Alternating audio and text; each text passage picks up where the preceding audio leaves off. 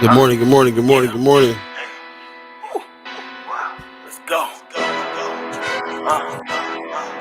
Untamed. Wake up. First guy Omaha in the morning. In the morning. Wake up, wake up, wake up, wake up, wake up, wake up, wake up, wake up, wake up, wake up, wake up. Wake up, wake up, wake up, wake up, wake up, wake up, wake up, wake up, wake up, wake up, wake up, wake up. Shout out to Sherman Wells. You better wake up Big to Sherman the fool. dream. Life is not what it seems. This culture's not your reality. You better unplug or be a casualty. Cause the life that we losing, the drugging and boozing is keeping us off from our greatness. We gotta spread the love and stop hating. Then rearrange these front pages. From murder and death to building our wealth. Removing the stealth. Milking the game till there's nothing left. And teaching my people to love themselves. Oppression or competition, that's an interference with the commission. Man, we tired of listening, so we said enough. Unification amongst us. Wake up, wake up, wake up, wake up, wake up, wake up, wake up, wake up, wake up, wake up. That's right. Time to wake up, wake up, wake up. Fresh edition of First Guy Omaha in the morning. In the morning. Yeah, my name is Paul B. He's Buddy Paul God. B. What's happening? What's happening, y'all? What's going down? What's up, man? Yeah, man. It is Monday, November the 18th, and we are up early this morning just to say hello and how you doing to the fam. Yeah. 7 o'clock hard news start from now on. So we just wanted to get on a little early and say, hey, so how you doing, buddy? Yeah. I'm all right. How you doing? What's up, Paul? What's up, everybody? Sean McCarthy coming in early this morning. Oh, there he goes. He said, morning, Yeah. everyone. Hope everyone had a good weekend. Appreciate that. Yeah.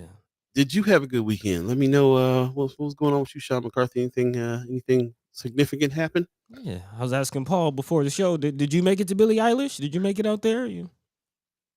I didn't make it to Billie Eilish. Like I said, I didn't even want to go outside. I figured the traffic would be real crazy. So Man. Did you watch the fight? We gotta We're- talk about this, man. we're going to get into it.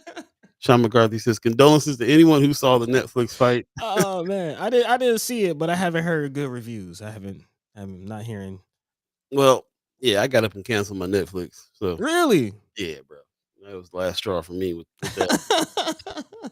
Michelle Moreno gives us a good morning, everyone, and some love. What's happening? What's happening? How you doing, sis? Hey. Mark Manner gives us a good morning. Good morning to you. Also, Rome's review says, "Are we going to just act like Ice-T didn't narrate the Tyson versus Paul fight?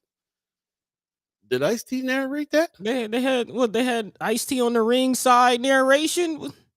I missed Did I that. miss that? I watched. Nobody. The fight, bro. I heard Roy Jones or somebody on there, and Rosie Perez. They had Rosie Perez. Rosie Perez was the announcement on the fight. So Do the right thing, gloves. I missed Ice-T, bro. I missed that. Mark Manner says, I went and watched the old person pop show KC in the Sunshine Band. Yeah, I saw that. Okay. He shared some pictures of that. A lot of folks on stage, man. I love an old school band with a whole bunch of people on stage. That's dope. Get down, Very, get very a jam. cool. And there was some funky. There was some funky blue eyed soul going on in that band back in the day. So Hey, play that funky music. had some stank on it.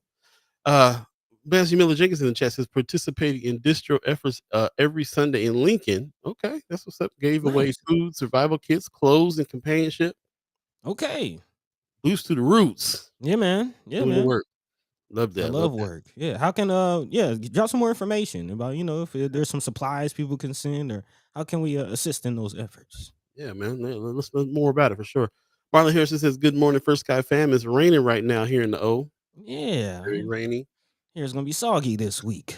It's gonna be soggy, like the Soggy Bottom Boys. It's going to be soggy, Man. cold, Man. and sorry, foggy out here too right now. Super. So it's like, yeah, it's getting ready to get cold, bro. It's Man. cold this week. Take it easy on your morning commute. Drive safely, and happy belated birthday, brother Marlon. I saw you in your green suit, looking clean. Yeah, So precious, so clean. Yeah. Yeah, man, it was dope, super dope. Rose Review says, "I love the boxing exhibition. Paul showed a lot of respect when he knew Tyson couldn't finish." We gotta talk about that. We gotta talk about that. Marlon Harrison says Rosie Perez is a huge Mike Tyson. That's why she was there. Probably fan. He's Mike Tyson fan. Yeah, it makes sense. I think they might be from the same area. I met a couple people from that Brownsville, like New York area that Mike Tyson grew up from, and a lot of respect, a lot of love for Mike Tyson. A lot of Yeah, people, yeah, like Mike is a real one, man. that's real. Yeah, yeah, Mark Manners said, I got to see great hip hop show at Culture House also this weekend. Haven't seen the show in the back after space. What a great space. Oh, yeah. Culture House. Bro, yeah, yeah, Mark. I'm surprised you haven't been to that space back there. I'm like, they've been doing a lot of shows. Girls Inc. did a show back there a little while man. back. Yeah, that place is when he I when he DJ finally the I DJ the fashion show back there. there you go. When he finally opened that space up, man, it really opened up Culture House in a big way to do some big things. And I don't know if you saw, but Houston Alexander, who's like the ultimate hip hop, he is the epitome of hip hop to me, bro. He is the epitome of hip hop, like from the jump, all the elements, including the graffiti. The Man, graffiti that you saw out there, that's Houston Houston. Alexander's work. Yeah. Yeah, So Houston is definitely Omaha specifically, hip hop OG, man. Like some of my earliest hip hop memories, Houston was there. bro, Houston was there. Yeah, yeah, yeah. Big, all big the shout out to elements, Houston. man. Breaking, painting, Man. MCing, DJing. I mean, like he's doing it all. Teaching the babies now with it. Yeah, yeah, yeah. Legend. Keeping the elements alive. And also shout out to all the artists, man. My man Coro Corleone, Sauce, Yeah. it was Sauce the God. Culture Fest, I believe was the name of it. Okay. That's what's up, man. Yeah, yeah. We Looked gotta like it get was a with good Marcy, time. man. I've been trying to look and see what Culture House got going on, just from their site, but we need to check in with Marcy a little bit more and just to get some, more details about the events that are happening there. I don't think he's having any problem packing the joints, but No. I'd love to promote it anyway. You know what I'm saying? Yeah, yeah, yeah, yeah. I saw Augie Kid out there too. Shout out, shout out. Yes, Yeah. big time. Kimmer Snipes in the chat says, "Good morning, everyone. Good morning to you. Appreciate you." Rose Review says, "Jake Paul is a marketing genius." I have to give that to him for sure. Yeah, We'll definitely yeah. be talking about this fight. Also, he says, yeah, Rome's review says B-boy. Like Houston Alexander is the ultimate B-boy, man. And I'm talking about like I used to break and I traveled a little bit around to see what was going on and to hang and to do stuff and to do shows. Dope. And it wasn't nobody hip hopping like Houston Alexander hip hops. He is the epitome of hip hop to me, like ultimate for real. Mark Manner says I used to see Houston breakdance at the Ranch Bowl way back.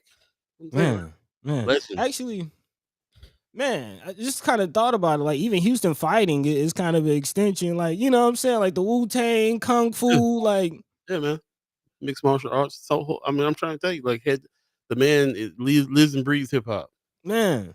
When Shout I out to think of Houston. hip hop, I think of Houston. He's the epitome of all the other Hmm. elements for me, Even including being in the gym.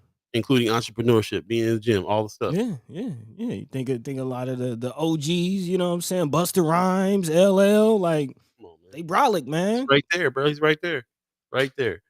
Um, Before we get to the 7 o'clock top of the hour here, I wanted to check in with you because speaking of hanging out with some heavyweights, Ah.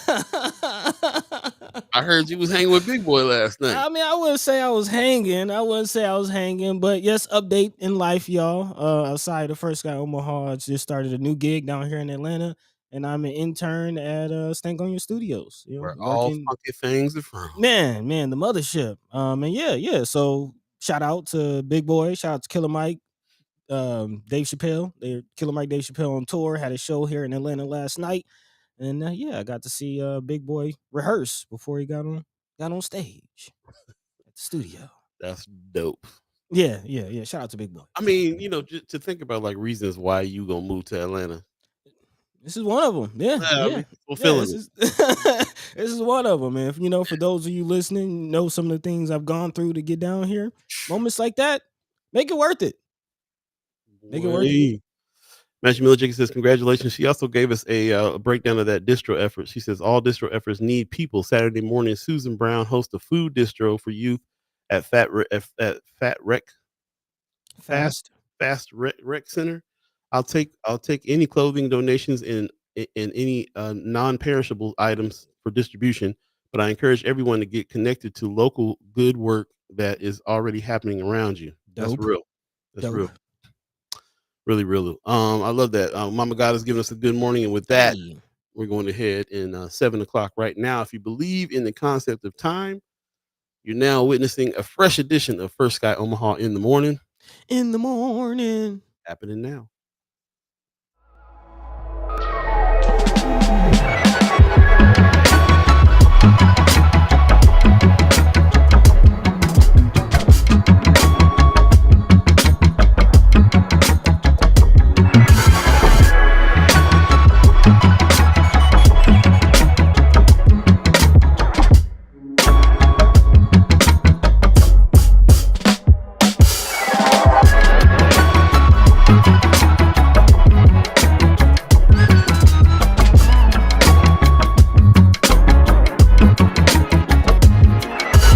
Good morning. Good morning. Good morning.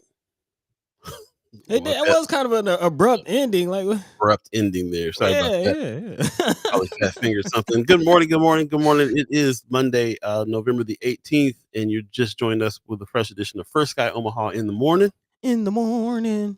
My name is Paul B. He's Buddy Hey. to God, and we get on here and talk to you, the chat chimers, and also shout out to the ghost listeners for sure, spreading the good word about what's going on and letting everybody know what's happening here, and also the monitoring spirits that have to check in every once in a while without letting us know that they're here. We see you too. We appreciate you as well. I Yeah. appreciate everybody that's joining us this Monday morning. Let us know how your Monday is going on, and if you went to any of the events over the weekend, love to hear about that. Of course, we'll be doing some news this hour, excuse me. And then the second hour, the 8 o'clock hour, we encourage you to stick around for that because we'll be having more discussion as well. So hopefully you'll stick around and we can have some good discussion. We highly encourage you to share the show if you would, especially if you're on Facebook. It's really easy to share the show on your page on Facebook, get as many people in the conversation as we can. And also tell a friend, tell a friend, tell a friend. And of course, if you missed any parts of the show, you can always go back and watch them in its entirety on YouTube in particular. That's kind of where we're really focusing on Facebook as well, but YouTube in particular. And while you're over there, please like and subscribe as well. It is what was it? There was some people that came in. Amy H. No Yeah. Dot came in and said good morning. I appreciate Amy Holmes coming in this morning. Been doing some work over there at Heart Ministry, some video work over there, and it's going really well. And I'm able to see how things are functioning inside. And man, a lot of good people in there doing a lot of good work. Speaking of the good work around us, like Mashie Miller Yeah. Jenks was saying for sure. Yeah. And shout out to Don, man. If you missed that interview, that conversation we had with brother Dominique Ron on Wednesday. Yeah, Yeah, man. man's a Got into his storyteller, story. isn't he? Yeah. I was just gonna say, got into a story, man. A very, very powerful story. Dope episode, man. Check that out, y'all. Check that For out. sure, for sure. Yeah. So anyway, appreciate everybody coming through and providing your comments and questions. Let us know what you did over the weekend. Kimmer in the chat says, let's not Hey. forget that people who know nothing about our communities want to lock our babies as adults at 12 years old. So Mm-hmm. she's starting in with some of the issues that she's passionate about as well. And that is really what's going on. She says, don't forget getting ready to head to the Harper Center this morning to testify on the Judiciary Committee hearing on juvenile justice. Starts at 9 o'clock. Yeah, she posted that in Friends of First Sky Omaha. We really appreciate that she did that. There is a hearing that's happening right after the show, 9 o'clock. In her post, she said she just learned about the judiciary. I can't say that word. Judiciary Committee will hold an intern study hearing on Monday, 18th at 9 o'clock in the Harper Ballroom at Creighton. She says, the hearing will focus on juvenile justice issues, particularly recent incidents of violence involving juveniles. Juliet Summers from Voices for Children reached out to her to Kimra. She says her instinct is that this hearing may provide a forum for certain elements of the law enforcement community to push for harsher penalties and criminal processing of youth. She'll be there for Voices for Children, speaking to the longitudinal data that we know about youth crime and developmentally appropriate response. I like that. Please consider attending or sending someone from your organization to testify at the hearing. So appreciate you, Boots to the Roots, going to testify on the community's behalf. Kimra, really are staying on top of those things. So we really appreciate you doing that very much so. And if you can, go check that out right after the show. Please go do that and be a part of that situation as well. So Yeah, can't just have camera in there by her lonesome. that's good too. Yeah. That too.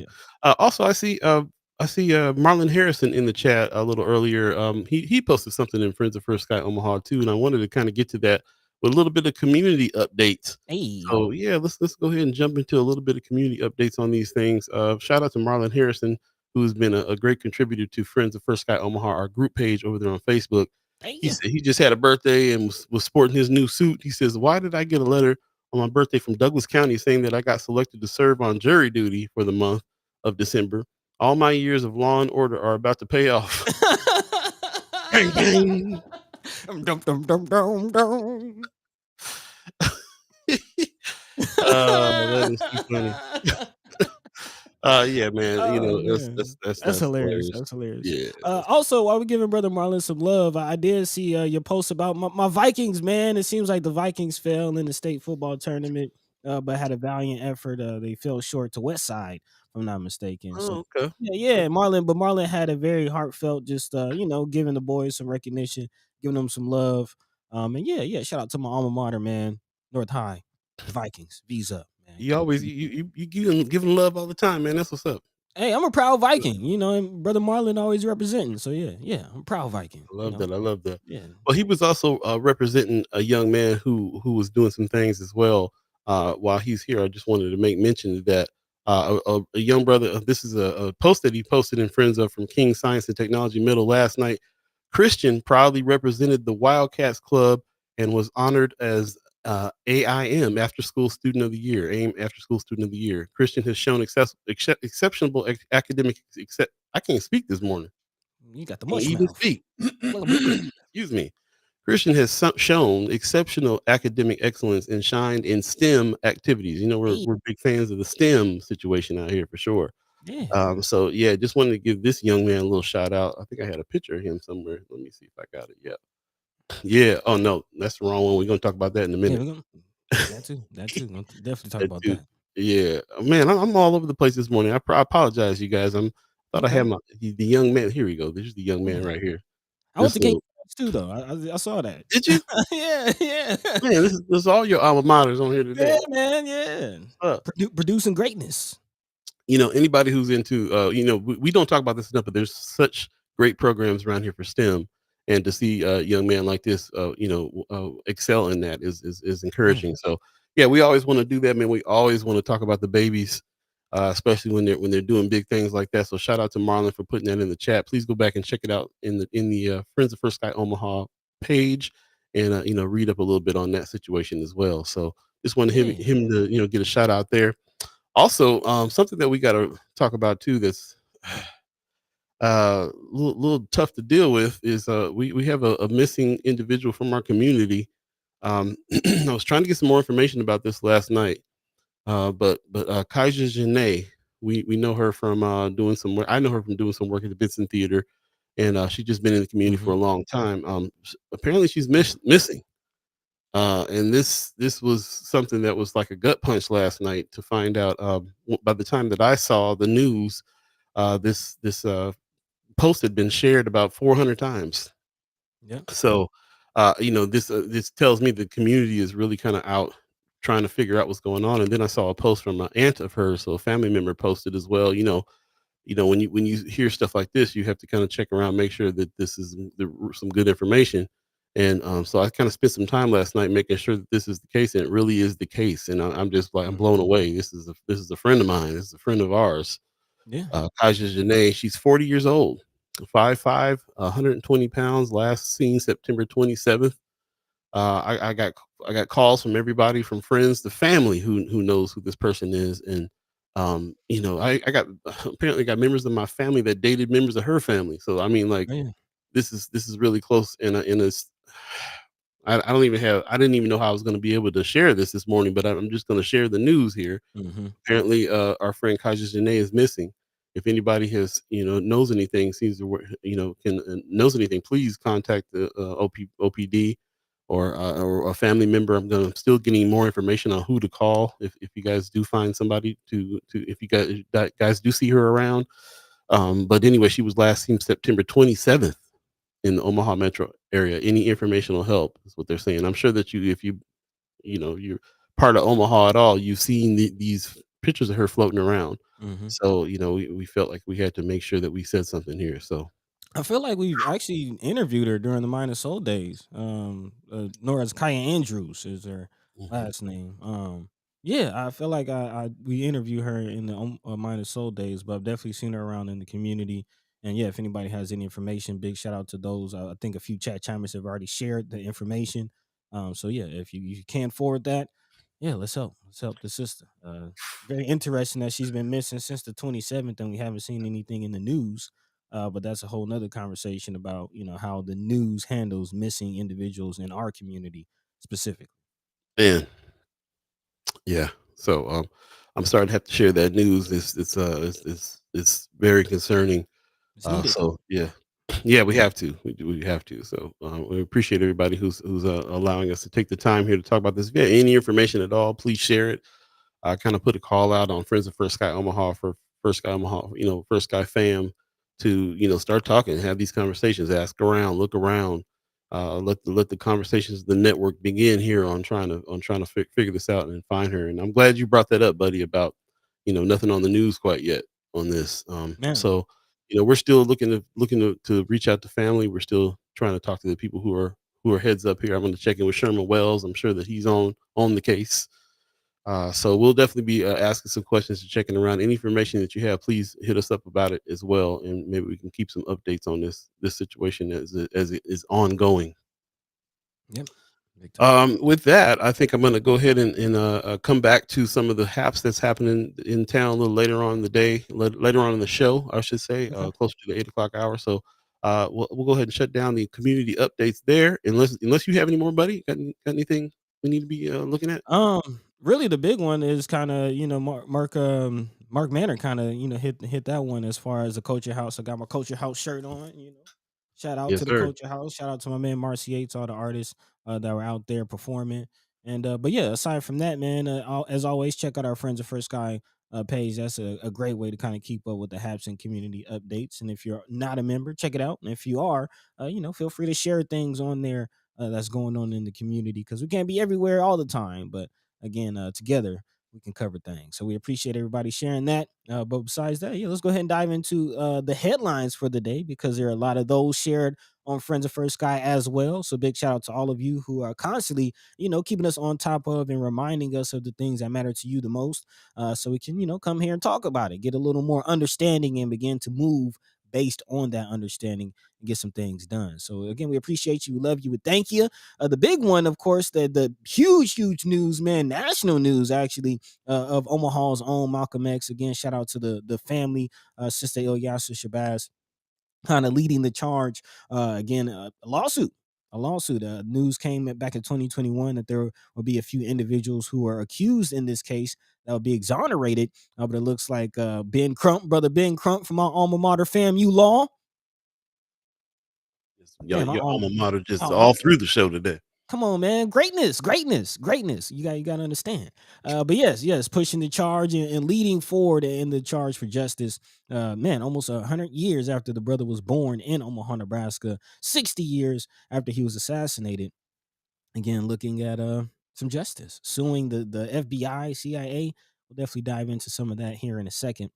Yep, yep. Also, in other news, some things going on. The Nebraska Advocacy Group is bracing for Donald Trump's deportation promise. Again, a lot of immigrant communities, organizations in the Omaha area actually learning through Mama God, who worked with Wells Fargo, kind of helping with the banking situation for a lot of immigrant communities coming into the area, that Omaha is a hub for immigration. And actually, shout out to Flatwater Free Press, who's been doing the reporting on the rural areas of Nebraska, and even the rural communities have seen an uptick in immigration, or immigrant communities. And now there's a real concern about, I guess, upcoming President Donald Trump's policy and promise of a mass deportation. What does that mean for Omaha and Nebraska in general? Also, the prison conversation continues, and now that election is behind us, hopefully we'll be able to speak to Senator Terrell McKinney today, who has been visiting and going into the prisons to speak with our incarcerated brothers and sisters directly. But there's some concern coming from a watchdog organization who is saying that there's some Nebraska state prison policies that's leading to more deaths. So we'll definitely talk about that situation. As again, I remind you, Nebraska is still one of the most, if not the most, overcrowded prison systems in the nation. And yeah, we still haven't began to go in the right direction on that. So again, hopefully we will be able to speak to Senator Terrell McKinney, put some respect on his name a little later on in the show about that issue. And then also a big shout out to those of you who made it to the meeting over the weekend with OPD about the no knock warrants situation. Again, on the heels of two police involved shootings. Again, brothers losing their life at the hands of Omaha police, and of course, concerns about no knock warrants being brought to the forefront. But again, it looks like Chief Schmaderer and OPD not bucking on that situation. So we'll dive into that. If any of you were at that meeting, we'll love to hear from you throughout the show. And of course, as always, if there's anything we're not talking about, feel free to drop that into the chat. Let your mind be free. Let your voice be heard. And of course, if you're free or if you're new to this format, again, we try to focus on the stories here in the first hour and open things up for a little more conversation in the second hour. So again, if you can, go along with that style, we appreciate you. And in the meantime, between time, Paul B. Yo, What's the yo. word? What's the word? Man, just appreciate everybody that's coming in this morning and already putting some good stuff down in the chat. I see a new name, Susan Brown. Appreciate you coming through. Thank you very much for joining us this morning. Hey, Uh, and just want to make sure that we remind everybody that's in this morning that we treat the chat like we are speaking to each other face to face, and so that we can really have some good conversation. So please join us and make sure that you leave your comments and especially questions for the guests as well. I forgot to mention that it is Monday, so we're anticipating Senator Terrell McKinney and hopefully Senator Wayne this morning as well. So we'll man. see if he's going to be able to make it, but I did get confirmation from Senator McKinney, so he will be on here. Get your questions ready for him as well. And yeah, just want to remind everybody about what Kimra Snipes is talking about because it is something that's happening right after the show. She says, "Boy, I keep on grabbing the wrong thing from her, but there is a hearing that's happening at 9 o'clock.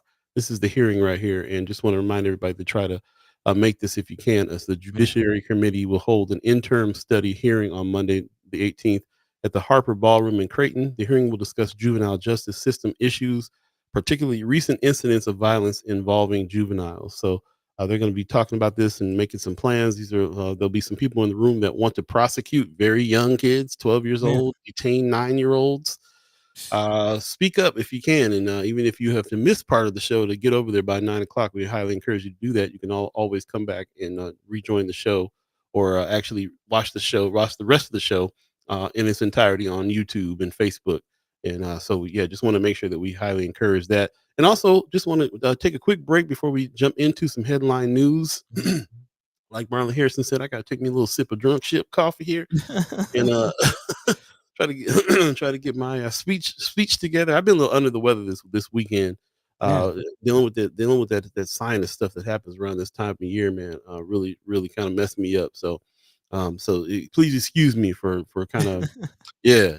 I'm having a tough time this morning, but we're gonna make it happen because Hey. this is First Sky Omaha. So stay tuned. We'll take a quick break. First Sky Omaha in the morning. In the morning. Paul B, Buddy the Guy. Stay tuned, y'all.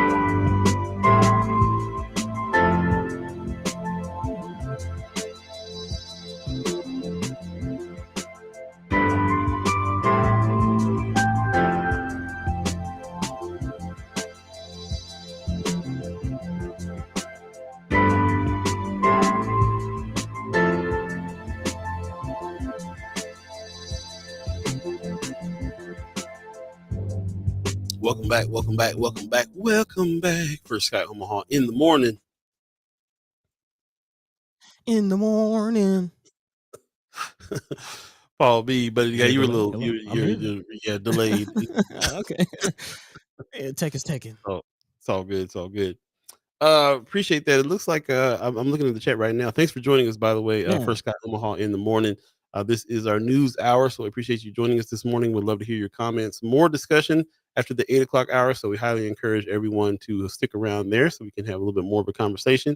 I am seeing some things that Kimra is dropping on us in here. I guess man. she was at this meeting. So Yeah, talk yeah. about we can just dive right on Yeah, into that. let's go. I appreciate where the chat is going, and I'm right along with y'all, Sister Camera, Sister Michelle. For those of you who were at that meeting, big shout out to you for showing up and representing the community. If you don't know what we're talking about, again, this is being reported by KMTV3, so apparently they were there as well. But again, would love to hear from you, the community, because from what Camera is saying, not too many people are caring about the community right now.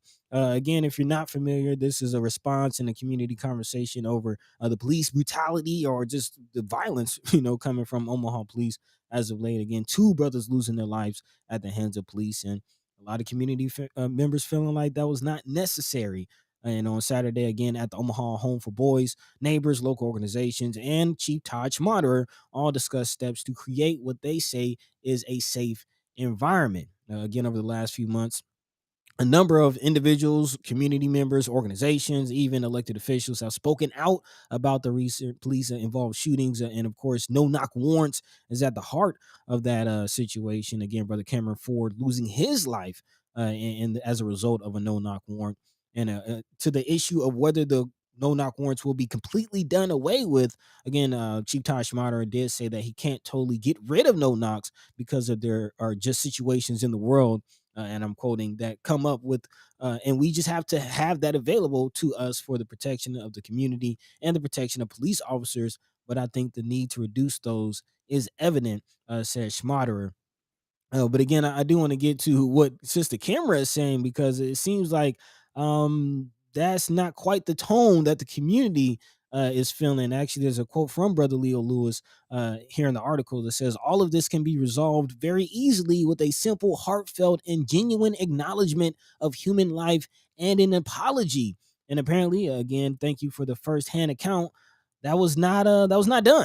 That was not done. So I don't know, Paul, if you want to jump into the chat and kind of acknowledge some of these comments. Again, Sister Kimra and Sister Michelle Moreno both are saying that they were there. Kimra says that Chief made a statement that peeved me off. I'll say, shouts out to Leo Lewis and Sundiata for asking tough questions and raising a little hell. Chief response to Senator McKinney, it was what got me. She says, Senator asks why the officer is in the field while under grand jury investigation, and basically, Chief Todd Schmaderer says that he was cleared by internal affairs. She also says that Senator, I believe, McKinney asked, what about the community? To which Chief Todd Schmaderer says, what about the community on this? Which is not the response that you would like to see. Again, also, Michelle Moreno saying she felt like he didn't answer any questions. I'm curious, Cameron, what was your question? She Yeah, says that you never answered her question. Definitely not what you want to hear from the chief. Um, Man, how again? I'm kind of curious from you, Sister Kimra, who has worked, worked diligently. Again, knowing you've explained to us your efforts at the library and trying to, um, you know, repair, even bringing the night out, trying to repair relationships between Omaha community and police. You have explained you're close to some of the shootings, police brutality in the past. Where do we go from this? How do we repair from this, especially as you see on the screen, a lack of willingness to even apologize to the families who lost a loved one, even unnecessarily. Again, Chief Shashmater has said himself that in the case of Brother Cameron Ford, that the policies weren't followed. right. But yeah, Yeah, we when we were reporting on this before and speaking on the fact that right after the brother was killed, Schmaderer came on talking about all they were going to do, moving the police cameras around the police in order to get better shots of things. They were talking about fighting against no knock warrants. Brother Sherman Wells, shout out to Brother Sherman Wells, who's been on the forefront of that fight as well, and Senator McKinney on trying to make no knock warrants illegal. We've got members of the chat, members of the First Sky fam, whose family died by the hands of police. No knock warrants. And so it hits close to home. They've been trying to get that out. And I remember Schmaderer saying they were going to look into shutting those down. And I remember back then thinking, probably it sounds like a little lip service. I'm not sure if that's, there's some things that they say they were going to do because they wanted to calm the public down, and that was one of them. And here we are with him doubling down on it. So That's unfortunate. I appreciate the people that were there firsthand and can give us the tone about what was going on. Kimber said that she asked asking the police department for some data for a minute, and they still haven't gotten it. Mm. Yeah, they're not going to be quick to get you data that's going Oh to yeah. indict them about anything for sure. Unless they charge you 40,000 for it. Let's talk about that. And I also want to give some honor to what you guys are saying about coming in and out. You guys, Michelle and Kimmer were there, and she's apologized and said she had to get out of there. She was in tears. Man. Michelle says, "Yes, it took me till midnight to clear my mind. She only stayed because she promised Sherman that she would stay for the whole meeting and make sure to be a witness to that meeting." So I feel for you for y'all, of being in this situation and having to deal with this. Shout out to Sundiata as well. Always representing, always always making sure that people hear what they're supposed to be hearing, whether they want to hear it or not. Man. So yeah, every shout out to everybody who went to the meeting and represented. But yeah, it's I'm not surprised. More of the same of that kind of attitude, and that's really unfortunate. That's really unfortunate. That they can't look at meetings like that as a way to kind of reach back out to the public and try to get on the same page. They can apologize, and that might have helped a little bit, but it's not going to help completely until they change some policy. But yeah, they at least could have had the attitude that that they were sorry. They were sorry that this happened. So it's really incredible what's going on here. Kimmer says my first question was regarding the new de-escalation trading they're supposed to be doing. This apparently is a question that he never answered. Hmm. That was another thing that he was saying when we reported on this earlier. No knock warrants. They were going to look into not doing that anymore. De-escalation stuff. Like I said, body worn cameras in different places on helmets instead of chests. All these things that I felt at the time were things that were supposed to be trying to pacify us, and not it doesn't even sound like going to do that. On top of that, a new name in the chat I'm seeing, Teresa Michelle. She says, but the tone is very much expected. An apology, yeah, right. It's evident they don't see a problem with their actions. Yep. Yep. I mean, even if you think that you're justified and you're right, you can still be apologetic. You can still be, sending apologies for the loss of life to the family. It's incredible. Also, um, yeah, well, that's kind of what's sticking out to me right now. In the chat. But if you see anything in the chat that is sticking out to you, let me know. But that's kind of I'm getting the tone of what happened at this meeting and Yeah. what, Yeah. what some of the things were said firsthand by chat chimers that were there, and I appreciate that data. Yeah, definitely appreciate that perspective, which is kind of what makes this endeavor unique. Again, there's not many opportunities for the public to have questions answered, to have their concerns voiced. So thank you for those of you who were there. And yeah, I mean the biggest thing that's jumping out to me is the fact that Sister Kimber is saying that she left in tears. Like what what was the tone of this meeting? That tells you kind of everything you need to know. That people who actually love this community and sacrifice a lot and give a lot of their time and effort and energy to this community. I was so hurt by what was said by the chief. Again, the article by KMTV3 kind of ends with most neighbors seem to agree on one thing. This will be an ongoing conversation between the community and OPPD and or OPD. And that's where my mind is like, how do like this meeting seem to do more damage than good Mm. for the community? And all I can think of is we got a mayor to elect next year, and that could help. That could help.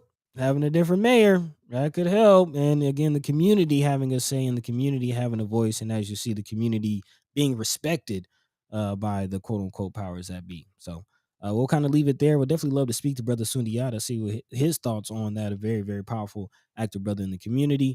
But in the meantime, between time, we'll kind of put a pin in it there. Yeah, let's do that. Appreciate everybody that's jumped into the chat, giving us information, especially Michelle Moreno and Kimber Snipes. Boost to the roots. Man, straight up citizen journalists there taking notes and really and being a witness to what's going on. And it's unfortunate that we live in a place that we got to deal with this. It's really Man. unfortunate. Yeah. Oh, brother Anthony Rogers, right? Kind of dropping the mic on that one. He says an apology will require them to see black people as humans in the first place, and clearly they don't. Mm. Mm. There you go. Maggie Miller Jenkins is reminding us new mayor can bring a new chief. That's what I'm So saying. we'll That's what definitely I'm see. saying. Again, we're about solutions here. That's one of them. Yep. Right on. Appreciate it. It's 7:30 right now. If you believe in the concept of time, just want to make sure that everybody remembers to sign up for the weekly wrap newsletter. This is something that we've been working on and trying to refine more and more. The more that we talk about what's going on with the social media platforms, the more we realize that we need to have a little bit more control over the message and the conversation to each other. Yeah. So please sign up for this. I'm putting the link in the chat. If you haven't already, for everybody that you have, I really appreciate it. I really appreciate everybody who's given us your email address. If you don't hit the link, just hit us up at firstskyOmaha@gmail.com. Weekly Wrap is our newsletter that we're trying to build out and create some communication back and forth with.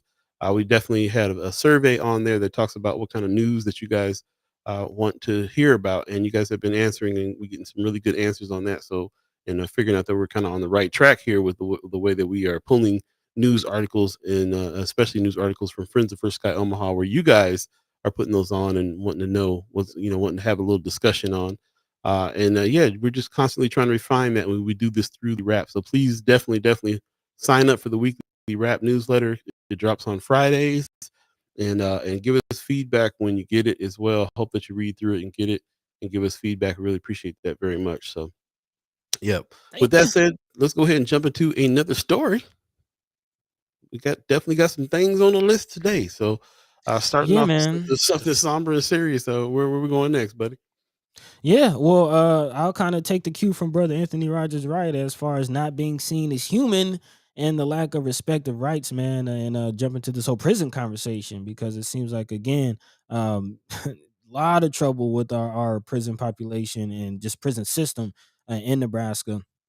And again, kind of keeping with the criminal justice and reform situation, we have to continue, our conversation and continue keeping in mind what's going on with Nebraska's prisons. Again, I remind you, the most overcrowded prison system in the nation, still a federal overcrowding emergency in Nebraska. And again, it looks like things are going in the direction of getting worse before any solutions are really discussed.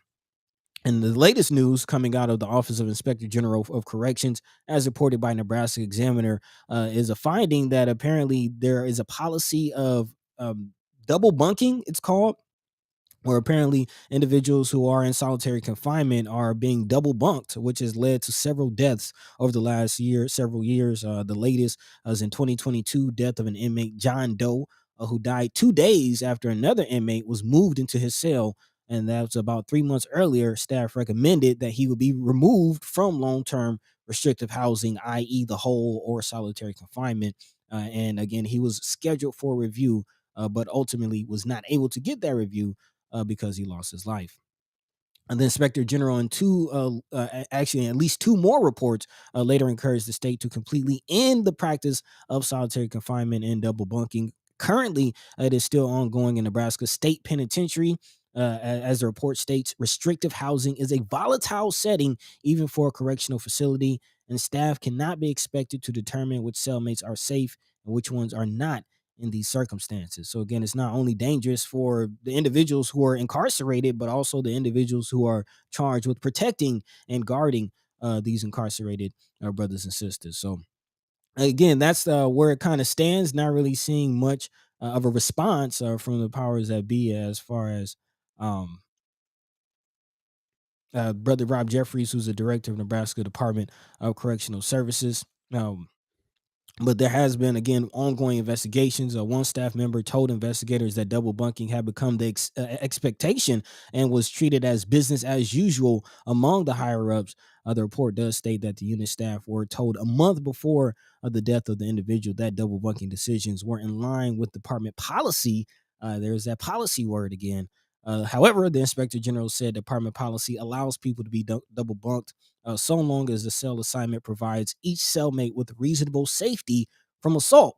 But again, if you're in a hole, can't really do that. So one of the many issues with Nebraska's prison systems. Again, hopefully we'll be able to speak to Brother Senator Terrell McKinney here in a second, who has gone within the prisons and really, getting the firsthand account. Brother Paul, I know you have worked closely with some of our incarcerated brothers and sisters, and working on the recidivism, making sure they don't go back, but they got to get out first. They have to get out first. So again, this is definitely a concern and something to continue to talk about. Go It ahead. is. And if anybody has any information, please let us know. I'm kind of wondering what double bunking means. I'm picturing in my mind a bunk bed, somebody on Hmm. top, somebody on bottom. Is double bunking mean there's two people per top per bottom? What does that exactly mean? How is it? How did is it leading to the a person's death? I mean, I guess I'm searching for some details on this. I mean, in an overall sense, this is just another symptom of us being one of the most or the most overcrowded prison system in the nation. Kind of most Whatever, bullshit. however they got it going on, I'm not sure, but some details. I don't know if any details about this would help the situation out. I think it's a situation is too big, and overall, they're going to have to address this overcrowding situation. But Yeah. what does it actually mean for the people? I mean, that's where I go with it because of the fact that I've been doing some of this work with recidivism and Metropolitan Community College and some of the programs that are trying to help people adjust to life out on the way out. I'm talking to them individually, hearing about their experiences and hearing about some of the horrific conditions that are there that they have to tell me don't mention because there's a lot of fear in telling the story here. So once we get some stories like this, how are we getting this information? I mean, this is something. Who's actually disseminating that information? Who's telling us that they got a double bunking thing going on? Is that a watchdog group? I think it was a No, watchdog group they talked about, right? no, this is legislatively created office. The Office of Inspector General of Corrections is a legislatively created office established in 2015 to increase accountability and oversight of the corrections department. It investigates all deaths in department facilities. So this is not just a watch. This is a legal. This is a government entity, Wow. but that brings into mind a lot of stories that we've been covering and kind of connecting what's really going on about Nebraska prisons, which is something we have to keep on front of mind, because as individuals on the outside, it's easy to forget about those who are locked up. It's just very easy to lock them up, throw away the key, and forget that these prisons that are way outside of society even exist. Like it's easy to get wrapped up in your Even the own ones that life. are inside the city. Right. Exactly. You just drive by it and you might not even think about what these individuals are going through. But, it's incumbent upon us outside who have a voice, who have, the ability to go to and fro to speak up, because this is a big issue. Brother Anthony Rogers right, saying double bunking in some cases is illegal. Not to mention solitary confinement. I mean, there's endless studies on the psychological damage to solitary confinement, and the fact that again you have these people holed up in the hole as animals, and then you're putting them in there together is not like, where does that make sense? There are it does in this article kind of break down some of the pros and cons as they believe for this policy. The Inspector General's report, to your question, Paul, about what is double bunking. Again, it's taking putting two inmates into one solitary confinement space. And again, solitary confinement. Think about that. The whole, like everything that those images invoked in the mind. Again, it says that some of the benefits for this apparently, such as increasing capacity in overcrowded systems. So that's kind of the big one, is the fact that it's overcrowded. So this is a problem. Also, less isolation for those in solitary confinement, the ability to share items, and the possible reduction of injury in that situation. However, the flip side, there are many disadvantages to this policy, including lack of physical space, lack of privacy, difficulty searching cells or identifying the owner of any contraband, a sense of heightened risk to staff when they need to open cells in an incident, and possible victimization, i.e., sexual or physical, without witnesses, and of course possible assault or homicide. So I mean, it's pretty clear that the disadvantages greatly outweigh the advantages. However, here we are with this situation. There you go, So yeah. Anthony Rogers right in the chat is dropping an article to go check out. He's saying double bunking and increasing practice in American prisons ruled constitutional under certain circumstances violates accepted correctional standards and has been correlated with numerous negative social and psychological consequences. So, again, we are taking that, in a national way. and understanding like where some of these things have been allowed, even though they violate a lot of things. But that's just what's going on here. Matthew Miller Jenkins says double bunking can be two cots in the room or bunk beds, depending on a section they're in. Staffing is extremely low, so they cannot do checks as often, and violence happens, especially on the mental health units. My husband is a corporal, so we got some firsthand information. Appreciate you on that. Letting us know about what some of those things are happening there. Stephen Abraham's in the chat. Good morning. Says the abuse of power comes from a small segment of a rule for law enforcement. When an officer perceives a situation to be aggressive, they meet that situation with the same force to keep them and the public safe. The problem lies with the lack of cultural competency and understanding communication skills of different people. Mm, Okay, that's definitely a way to, one of the things to consider there. I think there's some other things there. I think the system overall has got some issues and some problems, and it kind of trickles down to everybody in law enforcement, myself, man, and even in the justice system, even in the people that are incarcerated, especially. And this is what I was thinking about when I was hearing this as well. Like when I say who gives that information, Measurement Lejenkins says the prison lies.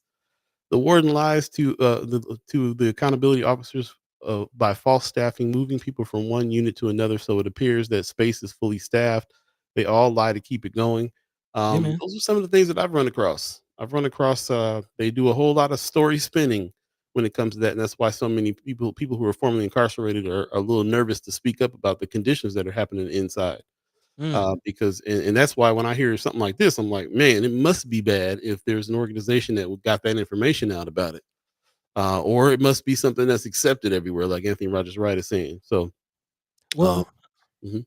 I would say it's more of a it's that bad, and there are efforts to keep it covered up. Remind you that this whole Office of Inspectors General didn't always have the access that they have now. It's actually quite Right. interesting that this report is coming out because, as the Nebraska Examiner reports, access was partially restored to the office in February, just earlier this year, through a memorandum of understanding between the legislature and the executive branch. If you remember, again, the executive branch, Pillen's cabinet, if you will, at that time try to act like this was infringing on their ability to do their job by the inspector general keeping an eye on what it is that they're doing.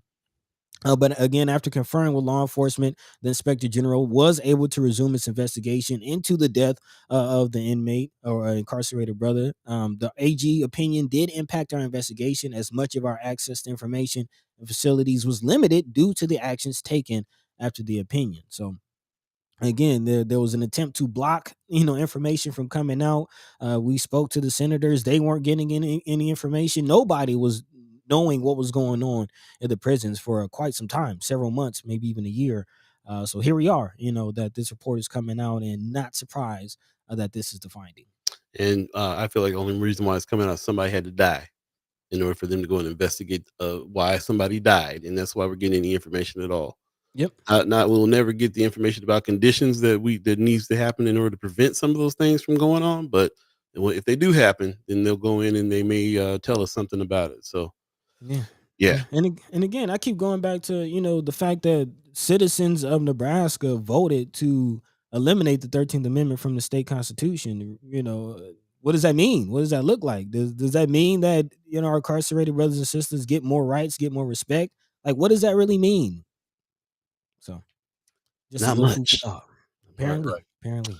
It is 7:44 right now. If you believe in the concept of time, we're anticipating our special guest, Senator Terrell McKinney, that's going to be coming on a little bit later on the show. So stick around for that. Of course, the second hour is coming up after 8 o'clock, which we will jump into a little bit more discussion about a few more things. But right now, we're kind of going through the news articles, things in the news, things that you have contributed over on Friends of First Sky Omaha, the group page on Facebook. So we appreciate everybody who's done that. Just want to remind everybody there is a missing lady out here, a friend of ours, friend and family member of ours, Kaja Andrews. I know her by Kaja Janae. That's her performing name. She's a Mhm. performer. Yeah, and super multi-talented individual. This is very, very disturbing what's going on here, and it's been shared on social media hundreds and hundreds and hundreds of times. So everybody who is, we're still trying to look for information on any of this. And of course, this means that all of us have to do the work of really diving in and trying to find out what's going on, and while we're trying to find her as well. But this lady is missing. She's age 40, height 5'5", 120 pounds. This is just bombarding everybody's social media yesterday. Thankfully, we have hundreds and hundreds and hundreds Man, of people who are concerned that are spreading the word here, and we're reaching out to you, the First Guy Omaha fam. If you have any information or know anybody from her family, we're still trying to get information on here, as well as try to find her. She's been missing since September 27th. And Yeah, this is hitting close to man, home, man. Everybody I talk to is knows her, and it's just unbelievable what's going on here. So we're going to keep on trying to spread the word. Kaja Andrews, aka Kaja Janae, is missing and has been missing since September 27th. Man, it's one thing about a close knit community, man. If something happens, it happens to somebody who you know very well. man. And Yeah, we're praying and hoping that everything is going to be okay and that she's found safe. So I just want to keep spreading that word. Appreciate it. Yeah, man, I saw that, brother Harrison. The program didn't let me go change things before it fired up, and I figured, let me just go on and start the show. Appreciate you. Let me know. I'll change that after the show. He said you guys got the wrong dates and names on the episode. Yeah, man. No, you Yeah, at the right place. You at the right place, brother. tech be teching, brother. Tech be teching. Yeah. We're gonna take a quick break, and we'll come right back and jump into the last story before we get to our guests. Stay tuned. Again, you're listening to First Guy Omaha in the morning. In the morning, My name is Paul B. Paul B. He's Buddy to God. Stay tuned, y'all. We'll be right back.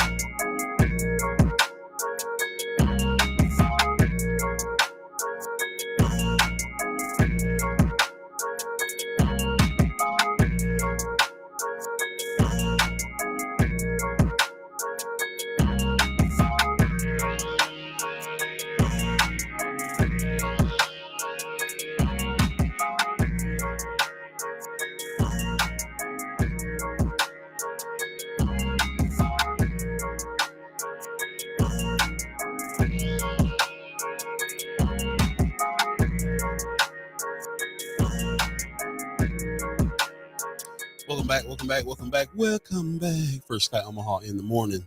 In the morning. Hey, just want to remind you guys, we do have shirts for sale over on the website. Go to firstguyomaha.com and /shop and check us out. Part of the proceeds, these will go to the Underwood Tenants Group, who is headed up by Hassani Lee, who's really out on the forefront out here, really trying to help people in these situations, take care of what's going on, especially in the towers, but also in the satellite spots that are around, as that OHA has as well, and any tenants that are dealing with any kind of landlord problem and a housing problem, especially if there are conditions that are just not conducive to living and being healthy, and are illegal, frankly. So yeah, Mm. this is our efforts to do that. Of course, you got the first Sky Tea, our collaboration with artist Sky Ree. Part of the proceeds of that goes to the Underwood Tennis Group, and also the Public Housing Fight the Tower shirt. Same. So go ahead and check that out. I put the link in the chat. You can also we also got a few more of the First Sky Omaha big logo tees as well. So please check those out if you have, and give us your requests. I'm taking those requests. I'm getting some of the big boys out here like, hey, we need some 2 and 3X. All right, man. All right, I'm gonna write these down. We're gonna make it happen. We're gonna make it happen. So and continue to check the site as well, because we're gonna have some new stuff coming up as well. Those are just the ones that we're pushing right now, because we're trying to help raise some funds for the Underwood Tenants Group. And shout out to also Julian Young Bank, the Young Bank, who is Man. who's the account that we have right now that's collecting that money for some of the Underwood Tenants Group people. So shout out to every all the work and everybody who's already purchased those shirts and all that good stuff. We really appreciate everybody. who's done that, and like I said, we're trying to get to the point where we can go ahead and really help them out with some loot. There's legal fees, all kinds of stuff that's going on with the tenants association, the tenants groups that are forming in order to try to get better situations for people in the towers and elsewhere. So, yeah, appreciate that very much. Uh, Not Jay Hanna. He said, "Sorry for buying all your 2XL." He he didn't buy them all, but I appreciate the ones that did. Yeah, shout out to Jay Hanna who came to the picnic, the kickback that we had, man. The Chad Chalmers kickback over the summer. Yeah, Came through yeah. and showed face, and we appreciate that. And we appreciate that for everybody who, especially a Chad Chimer. You guys come on and you're contributing things to comments and questions to the chat, and making the show what it is. We love to meet you face to face because this is we talk to you frequently, and it turns into a family like situation. So Yeah. yeah, we need to meet outside of the chat every once in a while. We'll do that for sure. Kimmer in the chat says, "I saw Brother Lee at MCC Digital Express this week. He has another trial coming up, and he believes he's going to shut it all down." Hey, yeah, we Boy, need to we catch up with that, brother. got to catch up with him for real, for Man, real. Yep, yep. Brooke is asking, "Oh, good morning." She said, said good morning earlier. Did you mention missing persons? Yes, we did. We talked about yes. Kaja Andrews a couple times today, so really appreciate that. Jay Hanna said, "Great meeting y'all. Great meeting you too. Likewise. Appreciate you Likewise. coming out. Yeah, and the Yeah. support, and the support." Yeah, man. Yep, yep. 7:51 right now, if you believe in the concept of time, that is, which I've been losing track of what day it is and where Yeah. we at, and yeah, Time keeps on I slipping. gotta start. Yeah, man. You know what it is. I gotta. Everybody else keeps track of time this way. I'm gonna have to try to do a little bit better with that. But it's hard when you don't really believe in the concept of time. But Hey. it is what it is, buddy. Before we get to our special guest coming on, what's next on the agenda? Yeah, man, I wanted to dive really quickly into some kind of national news, really kind of bringing it back home, really seeing how the national news is impacting Nebraska, and kind of brother Anthony Rogers Wright kind of on that same tip in regards to the issue of prisons. He says now might be the time to start writing some letters to AG Garland, because when Gates gets to DOJ, we won't have much of a chance for reform. And that's kind of where my mind is as far as anticipation of Trump's administration, and people not really excited about that. And it's not just again the Department of Justice, but also immigration. What does that mean for immigration? Omaha World Herald and actually KMTV3 reporting on how some of our brothers and sisters in the community, specifically those who have been granted um, DACA status, are concerned about the possibility of mass deportations.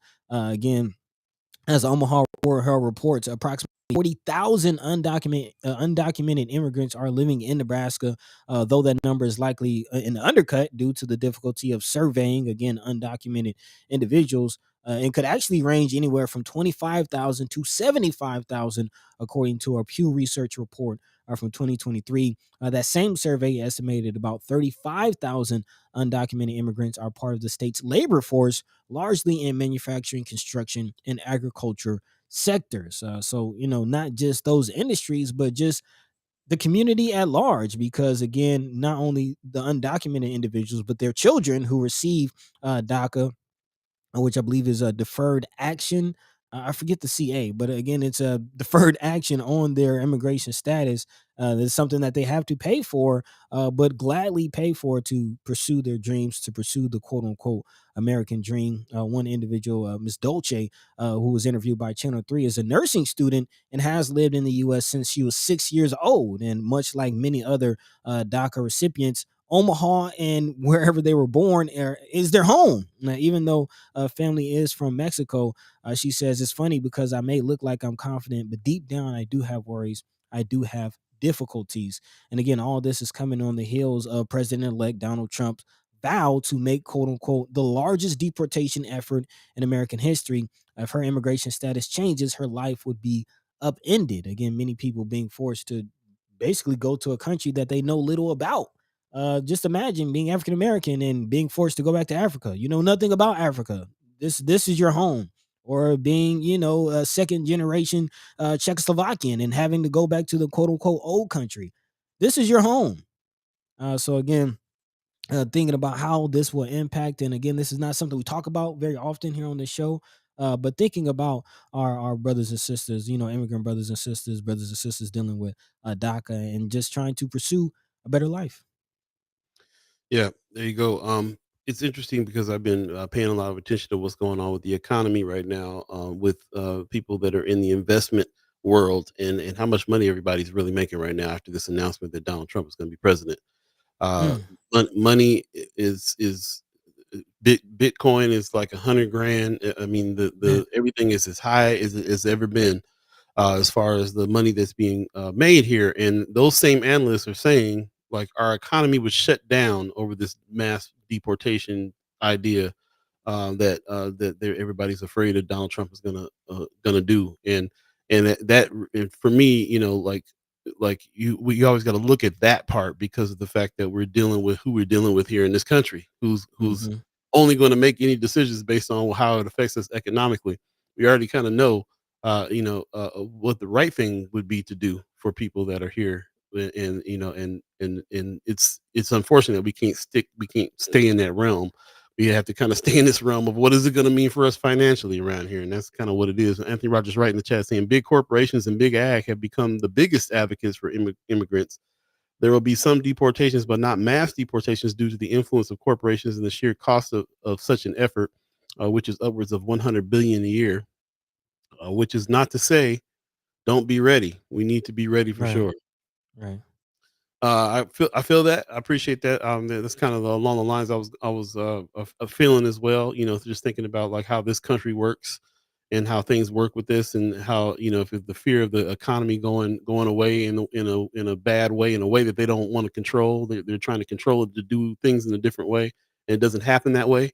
Then there's going to be some pushback from some people like some corporations. So I agree with that as well. So thanks. Thanks for that tidbit.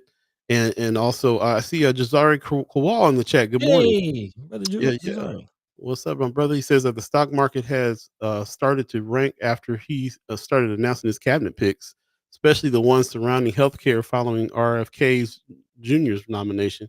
Mm. Okay, so we it's interesting to be watching the ebb and flow of the stock market, as we are looking at what all these announcements that are happening about Trump and his cabinet and so on and so forth, and what this means. So that's where it's at. And it's just kind of interesting to see how this ranks, and this how our economy is affected and how we're affected just by this idea, this mass deportation situation. So yeah, it's like Anthony Rogers Wright said, it's that's not to say we need to be ready. We need to be ready for sure. So we got a lot of friends that are afraid of this, and we think of deportation and we think of immigration situations. A lot of times we think about Mexican people and how they are, because we think border wall and all the things that have been in the news. But we're in Omaha, especially heavily, heavily immigration happening here, and Hmm. immigrant communities being built here. And there's going to be a lot of people that are afraid about this mass deportation situation. So I think it is definitely something to keep on continuing to talk about and figure out what to do about. Yeah, and I think of like brothers like Connie Franco. Big shout out to him, kind of pushing the whole ICE, ICE situation, and just raising awareness of the dangers of ICE and just the reality of dealing with immigration enforcement. And I do want to point out kind of the history in Nebraska, because apparently this is something that's not necessarily foreign in Nebraska. Actually, according to this Omaha World Herald article back in 2018, there was a series of raids in O'Neill, Nebraska, in which Homeland Security and U.S. Immigration and Customs Enforcement, i.e., ICE, raided a local tomato greenhouse complex, potato processing facility, and a cattle feedlot, resulting in 133 undocumented workers detained in makeshift camps. The raids also left employers with a significant workforce shortage. Again, kind of going back to Brother Anthony Rogers' right comment. And also, and kind of most importantly, if you ask me, multiple children were left behind after the parents were arrested. So, again, you think of a state system where we have overcrowded prison systems, overwhelmed child welfare systems. This sounds like this will put a unnecessary burden on the state that's already struggling with these processes. So again, more conversation to be had. Thank you for that, brother Anthony Rogers. Right, a DACA, deferred action for childhood arrivals. There you go. There you go. So again, nothing. This isn't something we really talk about a lot on the show, but did want to spend some time and shed some light on that portion of our community because yeah, they deserve all the rights as well. Most def. It is 8 o'clock right now. If you believe in the concept of time, we appreciate you staying with us on this first hour. We also appreciate everybody that is sharing the show, especially on YouTube and Facebook, especially. Really appreciate everybody sharing the show to get as many people in as possible. I definitely see some new names today. I just want to remind everybody our chat is very special chat. We call you guys our co-hosts. This is a chat where we are using the chat as if we are speaking to each other face to face. So we appreciate everybody's respectful comments and questions, and welcome all the new people that are in commenting today Yeah. as well. So just wanted to shout out everybody that's doing that. Also, stick with us. This second hour is going to be a little bit more discussion. We definitely have a few more stories and a couple of things to talk about too, and some haps and some other things. But we definitely want to make sure that you stick around so that we can have a little bit more discussion in the chat as well. So thank you for everybody who has been here so far, and really appreciate that. I just want to again make sure that everybody understands that in our community we're kind of freaking out a little bit over the disappearance of Kaya Janae Andrews. My sister came on and corrected I was saying Kaija earlier. It's spelled Kaija, but it's pronounced Kaya. Kaya Andrews is her name that most people know her by. Kaya Janae is her stage name that I knew her by from performances at the Benson Theater and other places. So yeah, she is missing right now, and just want to make sure that we keep on spreading this word. We're still looking for information. If anybody has information, or if anybody knows the family, or reach out uh, to the family, or has any information at all, we're of course not getting any information from any news outlets yet. But that's because, Man. but that's why we're talking about it, because we are a news outlet, and that's what this is for. Right. So Right. so this is top of this is headlines for us in a really big way. Here's some of the details about her. She's age 40. She's 5'5", weighs 120 pounds. Last seen September 27th, 2024, in the Omaha metro area. So any information will help. Right now, we don't have any numbers. We can say call OPD, call the police department if you have any information, until we get another number or some other contacts in order to find out where else we can call. But most importantly, please just look for her. Call all your networks. Talk to each other. Let's start this conversation up so that we can really kind of start helping to find this individual as well. She's really close to a lot of people, especially in the chat, especially ghost listeners and just people in Omaha in general. She's a very well known individual, and is kind of blowing everybody's mind that this has happened. So definitely want to put that out there again, and keep putting that out there.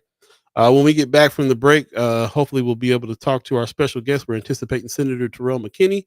Definitely have some questions for him. Please get your questions ready for him. We might have to come back too and talk about something that everybody went through over the weekend too. This fight, bro. Oh, man. We gotta get to the fight, man. It's funny that we are kind of just like, do we got to talk about it? Yeah, there's a few things. I mean, There's a few I'd love to things hear your here. thoughts. Yeah. Dive into it. We'll dive into it. Let's take a quick break. Once again, you're listening to First Sky Omaha in the morning. In the morning. Yeah, my name is Paul B. Paul B. He's Buddy the guy. Stay tuned. We'll be Hey. right back. Don't you touch nothing. Stay tuned, y'all.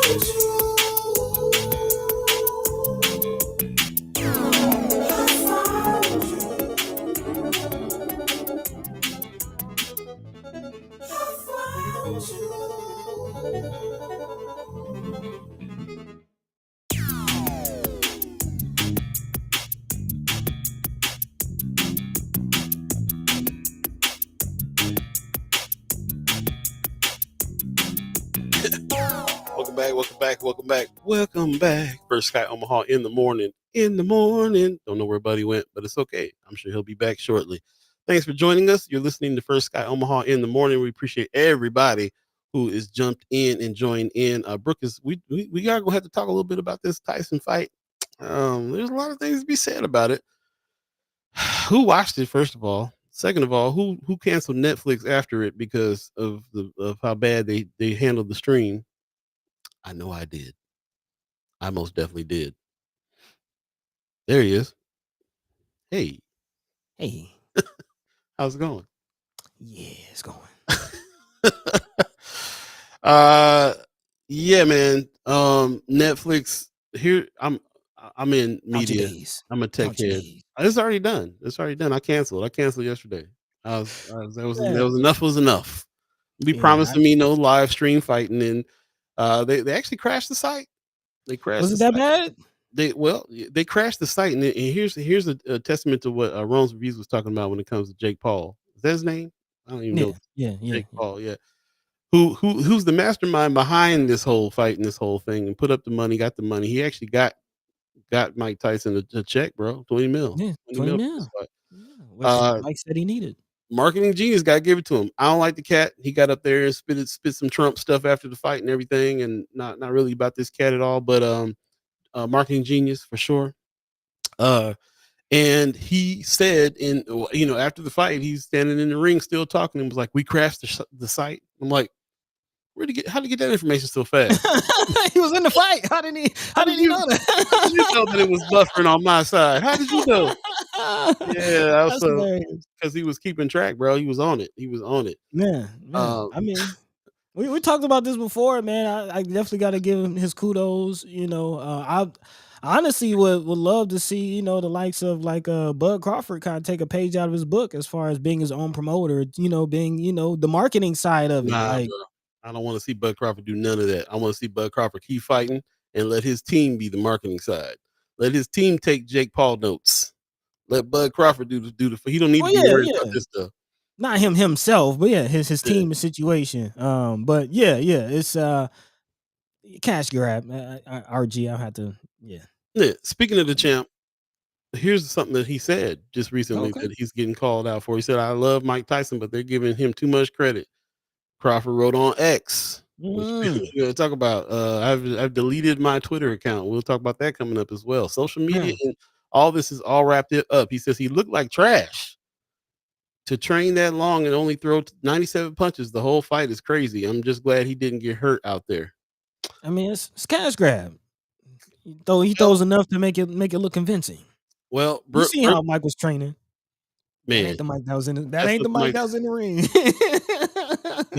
But then again, so he said at the end of the fight too that he had an injury that happened to him that he was um that he had to hurry up and get over so he can get in there, and that affected things. But like Brooke, everybody kind of saying she said she didn't watch it, but everybody's saying it was staged. A lot It's of stuff entertainment. came out, man. A lot of stuff came out about this, that there was a script, so quote unquote a script leaked, which I think might have been some fake news, but they're saying there was a script that was leaked. They're saying that he kind of Jake Paul got up and said he was pulling his punches. He didn't want to hurt Mike. So some people are saying that respect, but other people are saying this is fake. It is. Um, all It's fake. Yeah, I kind of feel that way too. Uh, so go ahead. it is. It is. Like it's an exhibition. Like that's like going to the Globetrotters and expecting like real, you know what I'm saying? It's an I don't think so, exhibition. bro. You It's know the no, globe. that's what it is. It's an exhibition. It's called an exhibition. The Globetrotters is an exhibition. If you watch baseball, the Savannah Bananas, it's an exhibition. It's all sports and entertainment. It's not a sanctioned I'm I'm sporting event. I'm saying this is that I'm saying that is not how this was presented. It wasn't presented like an exhibition fight. That's Nobody because was he's a thinking marketing genius. Globetrotters, bro. Nobody was thinking I'm Globetrotters. telling you, that's what it is. It might not be presented that way. That's Yeah, what it but is. it might be, but that's not how it was presented, and that's not what nobody was thinking when it was happening. But Yeah. hence Bud Crawford saying what he's saying. He's thinking this is a real. If this is a real fight, then he did look like trash out there. I can't. He did not look like his training videos. Um, I want to jump real quick. Rome's review says I watched and loved it. I felt like the Tyson of old for a minute. Everyone is mad because Tyson lost. If he had won, nobody mad. If an exhibition, he probably wouldn't have. I mean, there's no winning or losing if it's an exhibition in the first place. It was already, if you're saying this, the exhibition is already planned out. Um, Anthony Rogers, right, man. I'm trying to tell you, this man is got a axe to grind against the Democrats so hard that I don't care what we talking about. It's gonna throw it in there. Mike Tyson was clearly doing his impression of the Democrats on election night. Good one, good one. I'll give you that. Good one.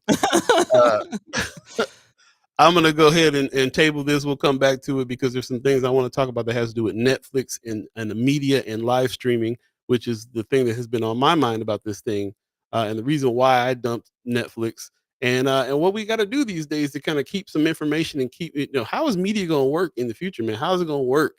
Man, How's it going to work? Because they're trying some things out now that ain't working, and this didn't work. Yet everybody got paid, but we suffered. And we'll talk about that when we get back because right now we got a special guest waiting in the wings. Ladies and gentlemen, without further ado, Senator Terrell McKinney in the house. Good morning, bro. Hey, good morning, y'all. How y'all doing? Doing doing great, all man. right. How about Doing all right. yourself? I'm doing good, man. Man, all Good. right. All right. Bless, beautiful. Man. Actually, I, you jump right into the conversation, and I want to bring you in into something that you posted. Paul kind of teed it up as far as social media and how's information getting out. How do people find out what's going on? And you put out a question about how do individuals want to engage with you?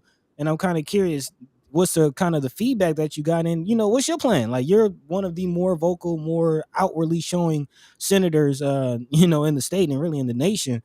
Um, where are you standing as far as social media and how that will impact your job moving forward? Um, I asked that question because I think, you know, going into the new year, we're definitely going to have to utilize multiple means of communication and media to, you know, outreach to the community and talk to people. But also during the campaign, just talking to different people, I might think and people might say like I'm super accessible, I'm available, I always share stuff. But even going through the campaign, I came across multiple people that was like, I never see anything you post for whatever reason. I never see anything. So I asked that question because I'm like, okay, so how can I reach more people and be more consistent? So a lot of the feedback was text alert, email alerts, town halls, Facebook lives, and things like that. So I'll over this next month and a half, I'll probably figure out what to use. I definitely want to use text alerts and email alerts and things like that. I'm not big on live, honestly, to be Mm. real, but I do think using some type of video form communication is needed. So I'll figure that out. So that's really my reason because just utilize social media. It's like a gift and a curse. It made us lazy. Mm. It also, in my opinion, has not allowed us to be able to communicate properly with each other. We're not getting in front of each other in spaces like we used to because we're Mm. relying too much on social media. And I think we got to change that to really build community and build what we really want. And I think that's why we have a lot of misinformation or miscommunication because a lot of our communication is online and we're not getting into the room with each other and and and communicating with each other. So that's what I want to do too. More is just be in community spaces and let's talk about what's going on in the legislature. Let's talk about bills and things like that. I've done it before. Like I've Hmm. had town halls where these are the bills and this is why they're introduced. I've also had town halls where I explained the legislative process and things like that. So just looking to be more consistent in that area. Will you So be at the Judiciary Committee meeting later today, this morning? Yeah, I'll be there. Okay, nice. So yeah, make sure y'all check that out. Yeah, so I guess I got a list of questions before I just get going and rambling my mouth. Paul, you got anything? Yeah, no, the only thing I got, I didn't get a chance to just ask how you doing, bro. How was your weekend? How's the Yeah. fam? What do anything good? You mad about the Huskers? What's going on with you? Let's not talk about the Huskers. Please, please, please. Uh, I'm good, man. My weekend is cool. Was cool, bro. Friday, I watched that fight. You know, honestly, now that I think about it, I don't know why we expected Mike to win. Really? It was an exhibition, You know, man. for that reason, and the dude ain't fought in like 24 years, and his last fight wasn't the greatest showing. And he had a health scare in July where he was about to die. So I think we just love Mike so much that Mm-hmm. the nostalgic feeling of the Mike Tyson fight and this dude was it Jake Paul, he ain't Yeah. got a chance, but we ain't realizing dude 58 got health issues and he really only fighting because he getting $20 million to step in the ring. Saturday I went to the Midland. And that's all I'm gonna say about that. Yeah, yeah, And yeah. then Saturday, I went to that community and police meeting. Yes. I was frustrated as I expected to be. Not frustrated. Let me say not frustrated. I wasn't surprised in the responses, Mm-hmm. and this is why I keep telling people that the police ain't our friends. Stop acting like they cool. Stop saying that we got the best police department in the nation. Man. They are trash like the rest of them, and we just got to be honest about that. But they don't care about people. And the day we realize that they don't care about people and they aren't our friends, and just because the chief give you his number and he texts you back and he comes smile with you, they not cool, bro. Like, cause I asked a question, I was like, so you let officers in Dejas back on the streets. Is the grand jury investigation concluded in that? No. So I'm like, so why would you let him back on the streets? He was like, why wouldn't I? The internal affairs investigation was concluded, so why wouldn't I? We always done that. And I was like, so you didn't think about the community? And he was like, what about the community? So that tell me everything I need to know, or which I Mm-hmm. already knew, but that should tell people what they need to know. And it was multiple other comments during that meeting where it's like, man, and then they was talking about restoration. I was like, how can we ever get the restoration when you got an OPOA that continues to antagonize our community? You got a sheriff's department that openly posts youth faces on the internet like they criminals because they ran away from a fake facility over there by Walmart. Like I I just don't understand it. Like how can we ever get the then restoration or reconciliation when even Leo pointed out y'all will never apologize um, and say sorry. Like the officer is never going to walk in the room and say, you know, I'm sorry for what I did. But if somebody wanted to go in front of the parole board or try to get out of jail, like let's use Ernest Jackson for instance. He didn't do the crime, but for him to ever really get out, if he had a legitimate chance, he got to say I'm sorry for something I didn't do. Mm-hmm. But this I mean, officer won't apologize for something he did, and it's never going to happen. So it's like it's a game that they plan, and they like to come in these rooms and act like they cool and everything is straight. And then he was talking about the decrease in crime in the community. I was like, you could say that, but I could also point out that the jails are overcrowded with black people. The youth facilities is overcrowded with black kids. The state is building a new prison, and the county just built a jail they can't open that is going to be filled with black kids. I don't think that's a good. So how are we celebrating this? We shouldn't. Like it's just wow. yeah, yeah, Yeah, I yeah. was anxious to hear what you had to say about that meeting.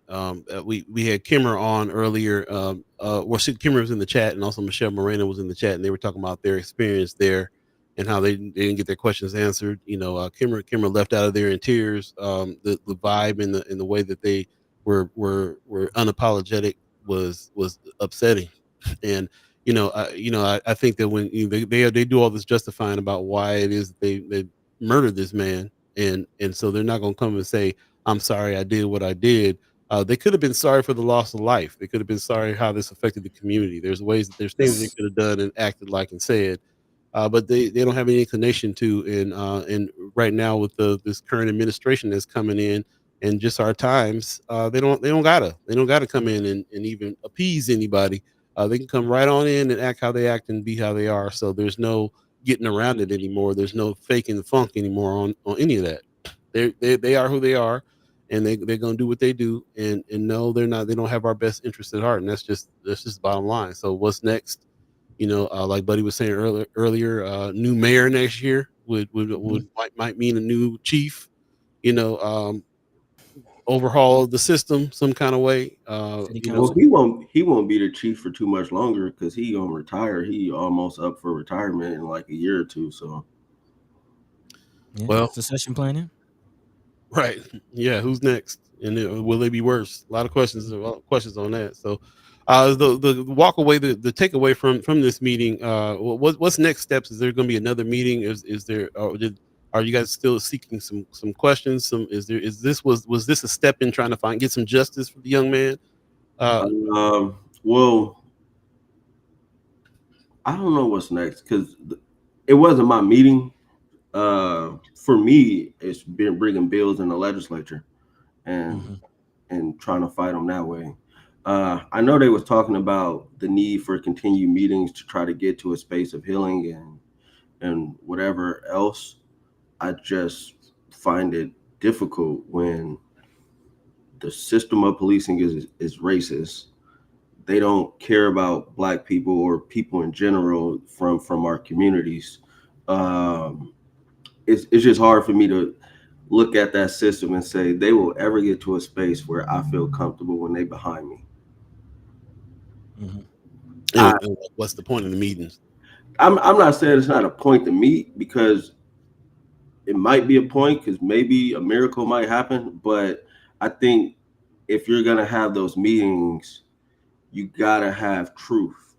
It Hmm. can't be no sugarcoating. You gotta call out the BS, and they gotta be open to hearing it without being overly defensive and acting like they're doing the right thing. And you gotta have people in the room that's not gonna try to cape for them. That's what has to happen. It has to be a room with honesty. Yeah. But we do need to, you know, I think the community does need to meet, but I'm just saying if it happens, it has to be a room full of honesty. That's how you ever gonna get to any type of healing. Right, right. We just going in sugarcoating it and posting, I would say stats that anybody can make up to make themselves feel good, then it is what it is. Yeah, like you brought up the word earlier, reconciliation, but it's hard to have reconciliation without truth. Those two have to be, Right. it's truth and reconciliation. It has to be combined. Um, so yeah, you mentioned bills. On the state level, is there anything backing? I keep, what's ringing in my mind is citizen review board. I think it's futile effort to really believe or even try Um, to get the police to change. Like there needs to be some kind of oversight, accountability, something with some teeth. There needs to be something aside from just the yeah, city. I'll bring that back. I asked the chief about that. I asked him. I was like, "Do you still oppose independent community oversight?" He said no, but then he said a bunch of other words, which told me yes. Yes. So, but also, I've had bills in the past where the police came in opposition of independent police oversight. So it was like, are you all right? Since you want to say no today, when I introduced that bill and your officers come in opposition, I'm calling them out. I swear I am. Mm, Because I know it's going to happen. They're going to come in opposition of independent oversight. I swear. I could bet a million. If I had $1 million, I would bet it. And I would make a lot of money. I could bet there you go, $10 to make a lot of money. It's a guaranteed bet. Okay. man. You're gonna be like Drake Um, and lose that million on the Tyson fight. who organized that meeting? Do you know? I think it was Empowerment Network, the IMA, North Omaha Community Partnership. It was a few. It was multiple organizations. I don't remember them all off the top of my head. I just Okay. saw the post and I just ended up going. It's pulled up. Okay. In regards to the purpose of that meeting, Kimra is giving some insight, which is interesting. She says the purpose will be to facilitate discussion between the police department and community. It was mentioned that the police department needs to respond to more organizations than just the Empowerment Network, which I can see definitely. She's actually talking about this earlier in the chat. Says North Omaha Mm. Collective and Bible Healing are going to be putting together some conversations, No, Mhm. viable. She said, not Bible. viable conversations. Yeah, and so yeah, there more conversations to be had for sure. I think that she also had a great comment about the mayor saying, if I can find it, she says Oh the mayor yeah, wins though. I can see her finding a way to extend his contract. big time. Yeah, that, but your point, Senator McKinney, he's probably going to retire. And so, that's that part. But Michelle Moreno's asking the question that everybody's feeling like and wondering about: what's the point of having of the meeting if he never really answers no questions in this around them? What's the point if we can't get to anything else? What would be the point of more meetings I at think this? the point of more meetings, honestly, is don't invite the police and like have a meeting as a community and let's organize and figure out, you know, That's kind of how I'm feeling. That's how I'm feeling. Like that, it that. feels like a futile effort to really get them to change And anything or then even once we recognize the need build, for change. yeah, and then once we build as a community, then you take the issue to them. But I think healing first has to start with us. We can't heal with the oppressor. We got to heal with us, and then we go address them how we need to address them. But we got to heal with ourselves. I don't see how I could heal with my oppressor. I I I would go deeper, but I'm gonna catch myself. But what I'm saying is I cannot heal with my oppressor. Man. That's just me. Want to jump into the chat a little bit more. There was one thing that Kimmer said a little bit earlier in the day in the show. Actually, she was saying that about the Empowerment Network. This seems like they only kind of speak to the Empowerment Network. She's like, in speaking with the police. You know what? I changed my mind on that question. I'd rather go with your flow on this because you're saying it ain't about meeting with the police. It's about meeting with us and getting what we got to get straight. What do we got to get straight in order to be able to come correctly the next time we need to confront them on things? I mean, we gotta figure out what we want and what. Mm-hmm. That's the biggest thing. Like, what are our actual wants? What's Like, the what are goal? our demands? I think we gotta get to that. We gotta figure out what our demands are and what are the things that we ain't gonna budge on at all. I think too many times we send multiple people in the room and we don't have full direction. So Mm-hmm. then it comes out and it doesn't make sense.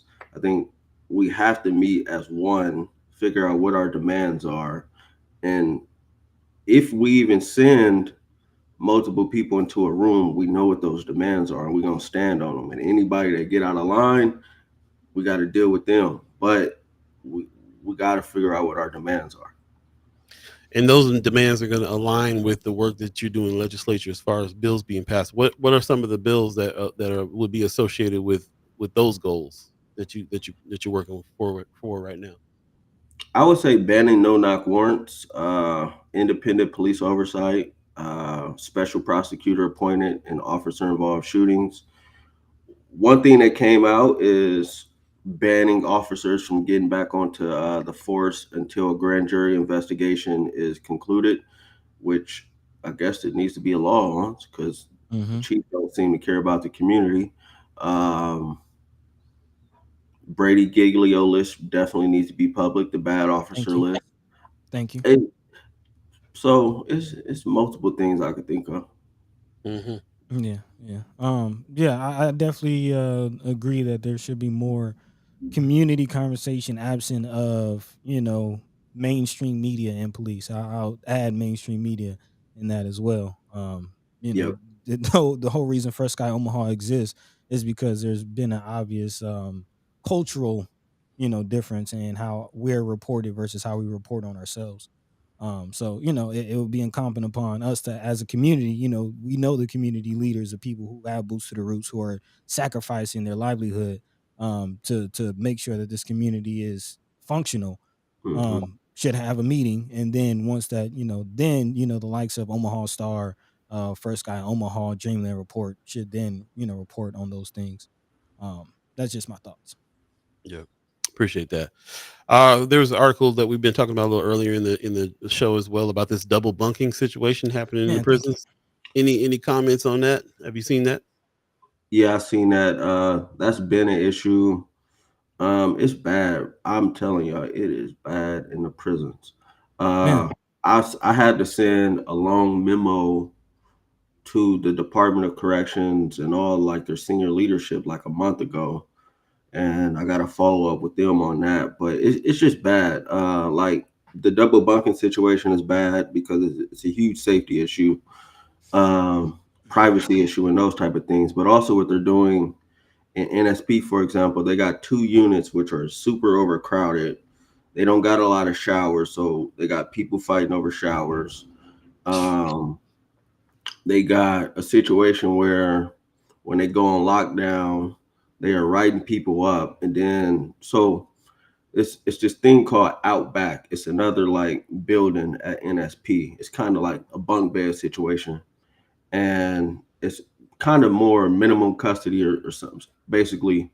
And some of the men back there are older in age, and they take medication.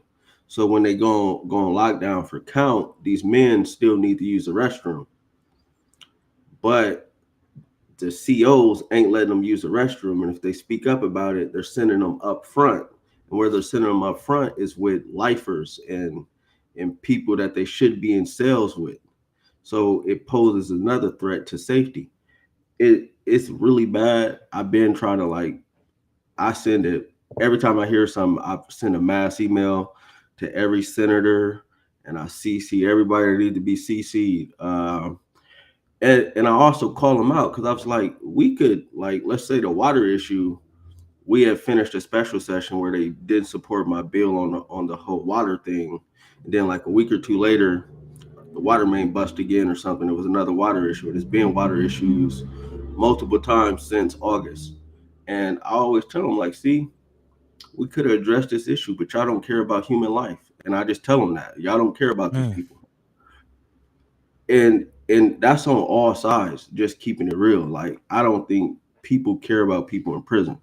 It, and and it party affiliation means nothing because it's some people that voted to support that prison that were technically on my side. So I'm glad you brought that up. I know that some of the first episodes of you coming on, you kind of expressed that about our Allies. attitudes, man. Even our families be not thinking about other family members that are in prison. We have some kind of overall general kind of idea of lock them away and throw away the key and forget about them, and that we got to fight against even when it's in our community.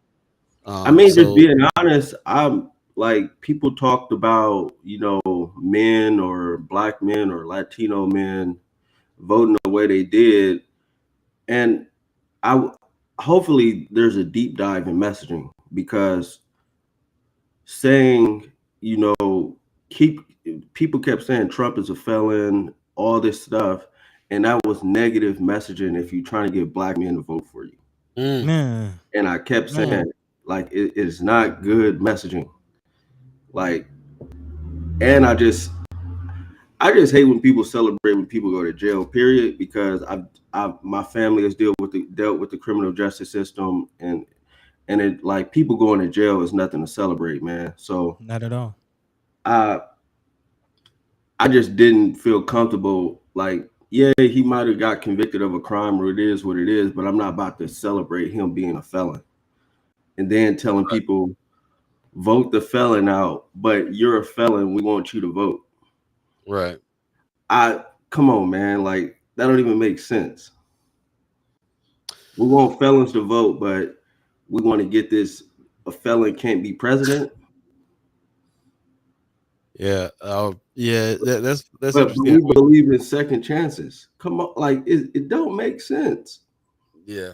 I mean, we obviously it's a different. Obviously, the kind of felonies that we seeing him on all on TV about and in the courtroom about is feels a little different. But you're right. I feel like it's definitely interesting to be. When we're talking about, especially when we're talking about that, we're talking about people, formerly incarcerated people that are able to vote, how they're going to vote, what they're going to do, and what the message is and how that works. We don't really look at it from the perspective of somebody who's been incarcerated, if we haven't been. And most people, even if they have been, they just, a lot of times are just not thinking about it, not thinking about the conditions and what's going on in there. They feel like it's that law and order kind of uh that parental kind of mentality that this country has over people, and we have a hard time with it. And Mhm. and all it really takes is to think of people as people, like you keep mentioning, like human beings, caring about a person as a human being. Your fellow man. Yeah, straight up. Appreciate your thoughts on that stuff. We got some people in the chat that are Yeah, talking a little bit. Yeah, chat's kind of that's going off. going off. Yeah. Anything sticking out in your mind, buddy, on the chat? Man, just several questions that I want to acknowledge on behalf of our chat chimers. Majee Miller Jenkins was one of the first questions I saw. She says, "How is the senator feeling about the next legislative session with the lack of filibuster numbers, especially talking about some of these hard bills that you might need some help in passing as far as filibuster situations." What are your thoughts? It's gonna be a interesting year. It's gonna be crazy year. I'm just gonna keep it real. They are coming for they coming for everything. So I'll just say that. Just be ready to fight. That's my mindset. Is just preparing myself to be ready to fight for 6 months because Oh, there's gonna be some things introduced that it's gonna get real interesting. yeah. Yeah, definitely an interesting year. And on that point, Brother Tony Johnson is asking, how can North Omaha assist? He says, as an elected official, how should North Omaha tackle these issues from a legislative approach without a lobbying group? Are emails and letters sufficient? And I'll kind of add that to the lack of I filibuster. think yeah, emails and letters are good, but honestly, in cause, but the most effective way is testifying, coming down to Lincoln and showing your face and testifying, or coming in the balcony, or pulling senators off the floor and asking them how they feel about bills. That's to me what I think might be the most effective. Emails and online comments are great, but it's that direct communication that I think makes the most difference. Yeah. We established that some of the first episodes of you guys coming on, you and Senator Wayne coming on talking about that. That was kind of one of the first things that I learned about how to support you guys with some of the bills and the things that you guys are pushing, and also how to help oppose some of the stuff that needs to be opposed. I know it's a big concern in our chat, the way that they're treating juveniles and how they're trying to really push for, uh, you know, uh, um, prosecuting 12-year-olds, detaining 9-year-olds, and those things. And so, yeah, coming down to the legislature to really kind of voice your opinion when those things start really happening is definitely crucial. And I also think it's very crucial to do what you're talking about doing. Like, we got to kind of get with ourselves. We got to get with ourselves first. Maggie Miller Jenkins in the chat earlier said Black Panther vibes on we are what protect us. How do we build parallels so we don't have police involved in our community? These are some of the questions that maybe we can ask ourselves and get together on. When I think about taking care of us first, I think about that Mhm. Black Panther Party tactics on getting together and having our list of 10 things that we want to see happen and so on, and going down in unity. Do you see anything like that happening in our community right now? I know that the BAA meeting's coming up this weekend. What other efforts do you see happening to where we can try to get together a little bit better than we have? I think I you may be haven't, stuck. besides the BAA meeting. Yeah, I think I am. My bad. My laptop tripping. It's all right. So good. Technology. I'm froze. Yeah. Hold on. Yeah, give it a sec. You probably straighten out here in a second. You close some windows down. While we're waiting, Mama God asked about the double bunking situation. We talked about a little earlier in the show. It's where they'll bring in a cot or have two people to an isolated situation like solitary confinement. And so yeah, not too. That's what I was thinking. I was wondering that too. It's like you talking about two people to a bunk. Or you talking about uh, filling up that room with too many people that has been leading to some stuff. And Senator McKinney was just talking about it a second ago too about the idea of of moving people around from one place to the next in order Mhm. to and putting people in the wrong rooms, old elderly people with lifers and so on and so forth. All these things are leading to some violence and a lot of things. You there, brother McKinney? Yeah, I'm here. I don't know what's going on with my camera, but I'm here. Okay. Okay. Yeah, I We hear gotta you get off loud in and like clear. 5 minutes though, but I'm here. Yeah, Okay. well, Okay. we'll go ahead and wrap up with you. What you got some final words and stuff for us? So, what are some of the things that we need to be making sure we pay attention to right now? I mean, I think the biggest thing is just paying attention to, what's going on around us and making sure we're preparing ourselves going into the new year and making sure we're, as a community, we uniting as one and we're, organizing for the fight because it's going to be a fight next year, regardless if it's in the legislature or in a community. I think I think going into 2025, I think it just has to be an all hands on deck approach, and everybody has to be prepared to fight in whatever capacity you're in. Like with y'all, like y'all fighting by doing the media thing. I'm fighting as a senator, and I think our community has to fight as a community. And whatever role you have, just be prepared to fight in your role. Whether that's being a dad, being a mom, being an uncle, all whatever. Just be prepared to fight because it's going to be a lot of things that happen. That's going to happen. So I know we're getting into the holiday season, but don't lose track of like things are. I ain't gonna say they good, but things are okay for now. But not even okay. It's a lot of things going on around us, rather nationwide and globally, that ain't great at all.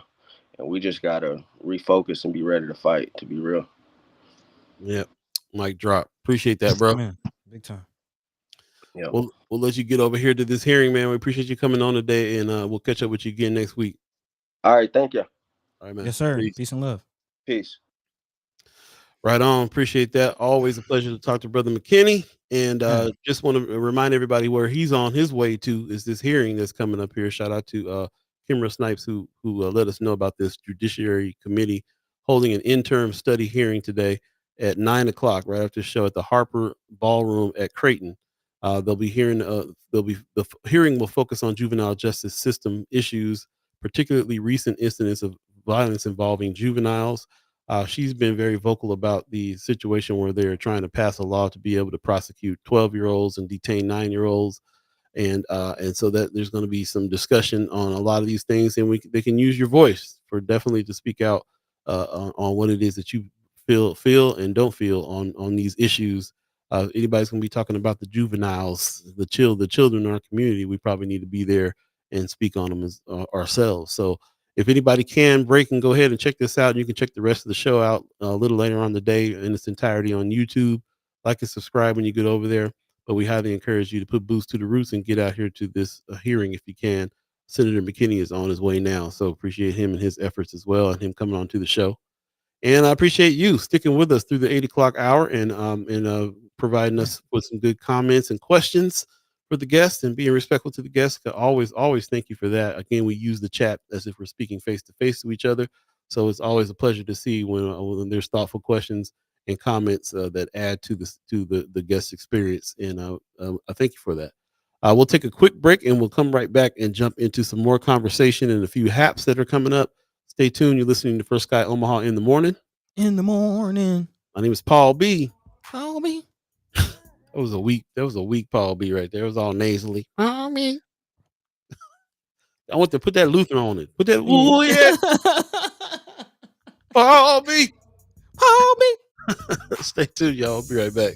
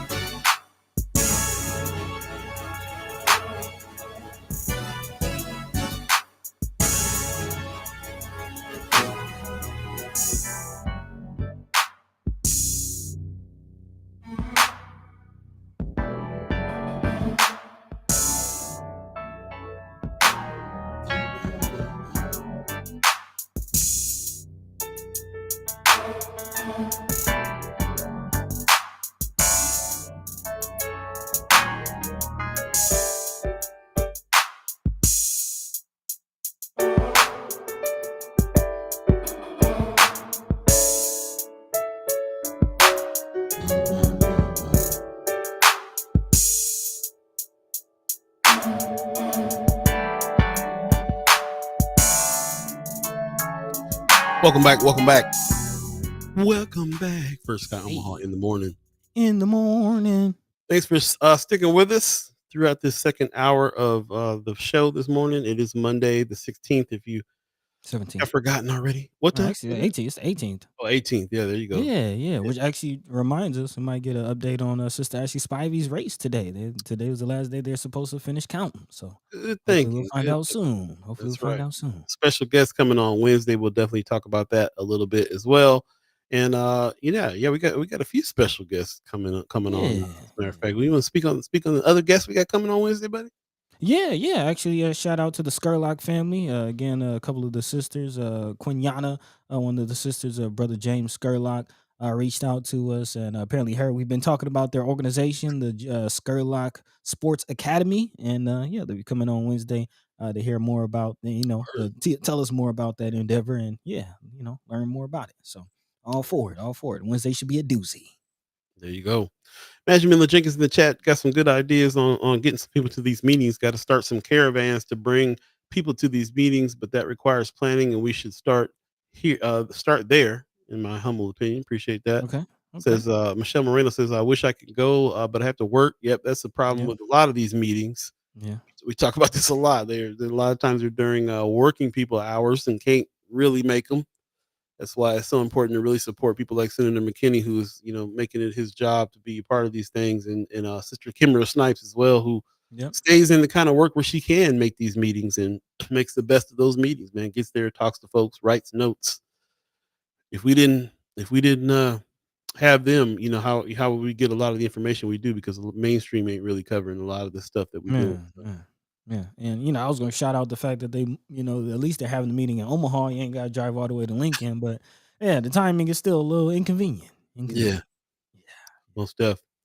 Gwen Easter is on the chat in the chat saying, "What's the hearing about?" Hearing is about. Juvenile Good justice. morning, first of all. By the way, yeah, juvenile justice is the Judiciary Committee.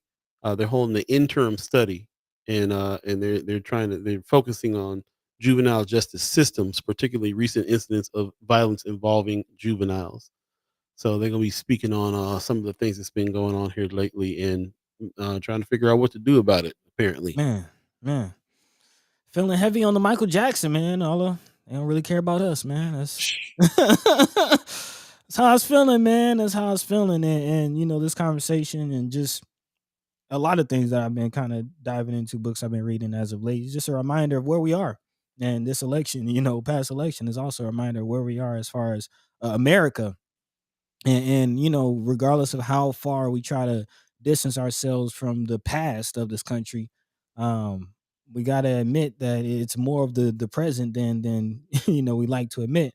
And a big part of that reminder is this Malcolm X lawsuit. Again, there's still a lot of truth and reconciliation that has to happen in this country.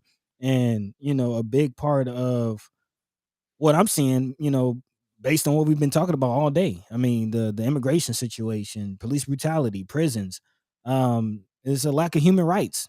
It's a lack of human rights, a lack of respect of each other's humanity, a lack of love for your fellow man. And, without getting too lofty, talking about the love and things like that, we really got to look back and realize where we are. The civil rights movement already happened, and Paul, you and I have kind of talked about this several times. That I feel like, and I've kind of looked at and studied. It seems like every 60 years there is a new movement. Every 60 years there's something that is supposed to happen, and here we are, 60 years from the civil rights movement, and I'm really feeling like it's obvious that a human rights movement is needed. So I urge everybody to look back at what Brother Malcolm X was doing, and definitely want to give a shout out to Ilyasha Shabazz, the daughter of Brother Malcolm X, Haj Malik El Shabazz, he was attributed before he passed. There's a new 85-page lawsuit that is detailing 9 causes of actions against the Department of Justice, FBI, CIA, and New York Police Department. Announced earlier, the case was officially filed on Friday in the U.S. District Court of New York. Again, reminding us of exactly where we are and what this government is actually capable of. The agencies named as defendants either declined to comment or did not respond to a reporter's request for response. But again, Malcolm X supporters in Nebraska, where again the long and bumpy road preceded Malcolm X's induction this year. Shout out to Senator McKinney, who we just had on, who led that effort. But it doesn't just stop with recognizing again the life and works of Brother Malcolm, but the pursuit of justice continues. Joanna LaFleur, who's executive director of the Malcolm X Memorial Foundation, has helped other local efforts to draw attention to Malcolm X and his work.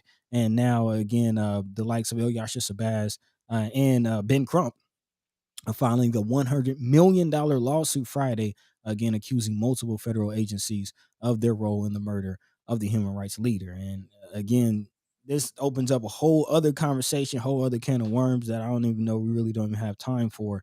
But again, human rights, human rights, human rights. Thank you, my G. Miller Jenkins in the chat. She says maybe this time people can agree with Malcolm X on fighting for human rights, which will encompass civil rights. And that was one of the biggest things about the change. And I don't know how many of you know about my brother Malcolm's life, the teachings, the legacy, the trajectory that he was on in his life. But prior to his death, he was working on bringing charges against the United States with the United Nations. Again, world courts, like holding the United States accountable for the atrocities that have been brought upon, namely African Americans, quote unquote. And again, we have to get back to that conversation. And I almost wanted to ask Senator McKinney, as a law student and as an elected official, as a senator, if he felt like us as quote unquote Black people even had rights. Because a lot of what we're talking about points to the fact that we don't. And if you do the study, you will see that we don't. And there's some conversation that needs to be had in this country to get to that point, to obviously, not obviously, but to address the elephant in the room as far as the legacy of slavery and how it impacts us even to this day. Again, remind you, prison is a plantation. You are a slave. I've said this many times. You're not like a slave. You are literally a slave if you are in prison. Check out We got to 13th address Amendment. these things. Go ahead. Check out 13th Amendment if you need some proof of that. Senator McKinney was talking about us getting together and coming with our demands. Here's something Maggie Miller Jenkins suggested maybe First Sky could offer that as a survey question on the weekly wrap. Top 10 demands from the community on what we need for us to thrive. Great idea. Definitely going to jump into that idea as well. Thank you for that very much. So also breaking, Kimmer is at this hearing right now. She's live texting as she's going. She says, I just got here, and Sheriff Aaron Hansen, of course, is here bright and early. Top overseer. Along with head of security at the West Road School, also attended 360 at the West Road School, where, of course, a young man was arrested for a shooting that just happened there. And also she says, and Don Klein is here, superintendent, or I mean, not superintendent, county attorney Don Klein is here. So, it seems like it's going to be a complaint about juveniles committing crimes festival more than what are we, if just that lineup alone means that they're trying to figure out what they can do in law enforcement to curb what they need to curb when with the youth, when really, why don't you just try some prevention? Why don't you try supporting youth, supporting the families, so these things don't happen, not come together to talk about how you're going to punish people when they do, punish kids when they do, which is what I'm feeling like is getting ready to happen. So we'll hear back from Miss Kimra Snipes on a lot of this. And I don't, Miss Easter, I don't know if you heard, it might be something that you are just accidentally hit again. We were talking about that hearing. That hearing is going to be about juvenile justice and what to do about the violence involving the youth. That's what this hearing is about at 9:00.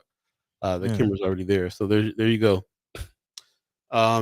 She's also Kimber's also saying ACLU was there too. So yeah, she's giving us some live information. Check out the chat in YouTube and find out about exactly what's going on. Anthony Rogers Rice said he's there too.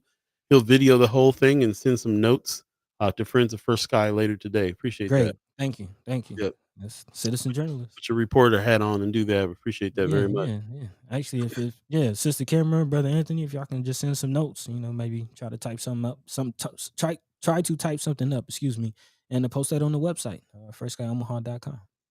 There you go. We got about 5 minutes left in the show, so we appreciate everybody who's joined us and stuck with us through the show. Just want to remind everybody that we do have a missing member of our community, and we need to talk about it. And I'm sorry that it's such a heavy topic here, but Kaya Andrews is a person who is missing right now, and this is all happening. It's just kind of started hitting the social media last night. So here's some details about her. I just put in the chat. She's age 40, height 5'5", weight 120 pounds. Last seen September 27th. So yeah, we're this as a matter of fact, uh, this has been copied over hundreds of times on Man, social media. It's like people in our community are already mobilized to try to find out what's going on with her. So please, if you have any information, please get in contact with the police. We'll keep on trying to find the family and talk to some people who are heading up looking for her and seeing if there's another number to call. But in the meantime, if you have any leads on this at all, call OPD. And yeah, this has been she's been gone since September 27th, so we're all just hoping and praying that she's okay.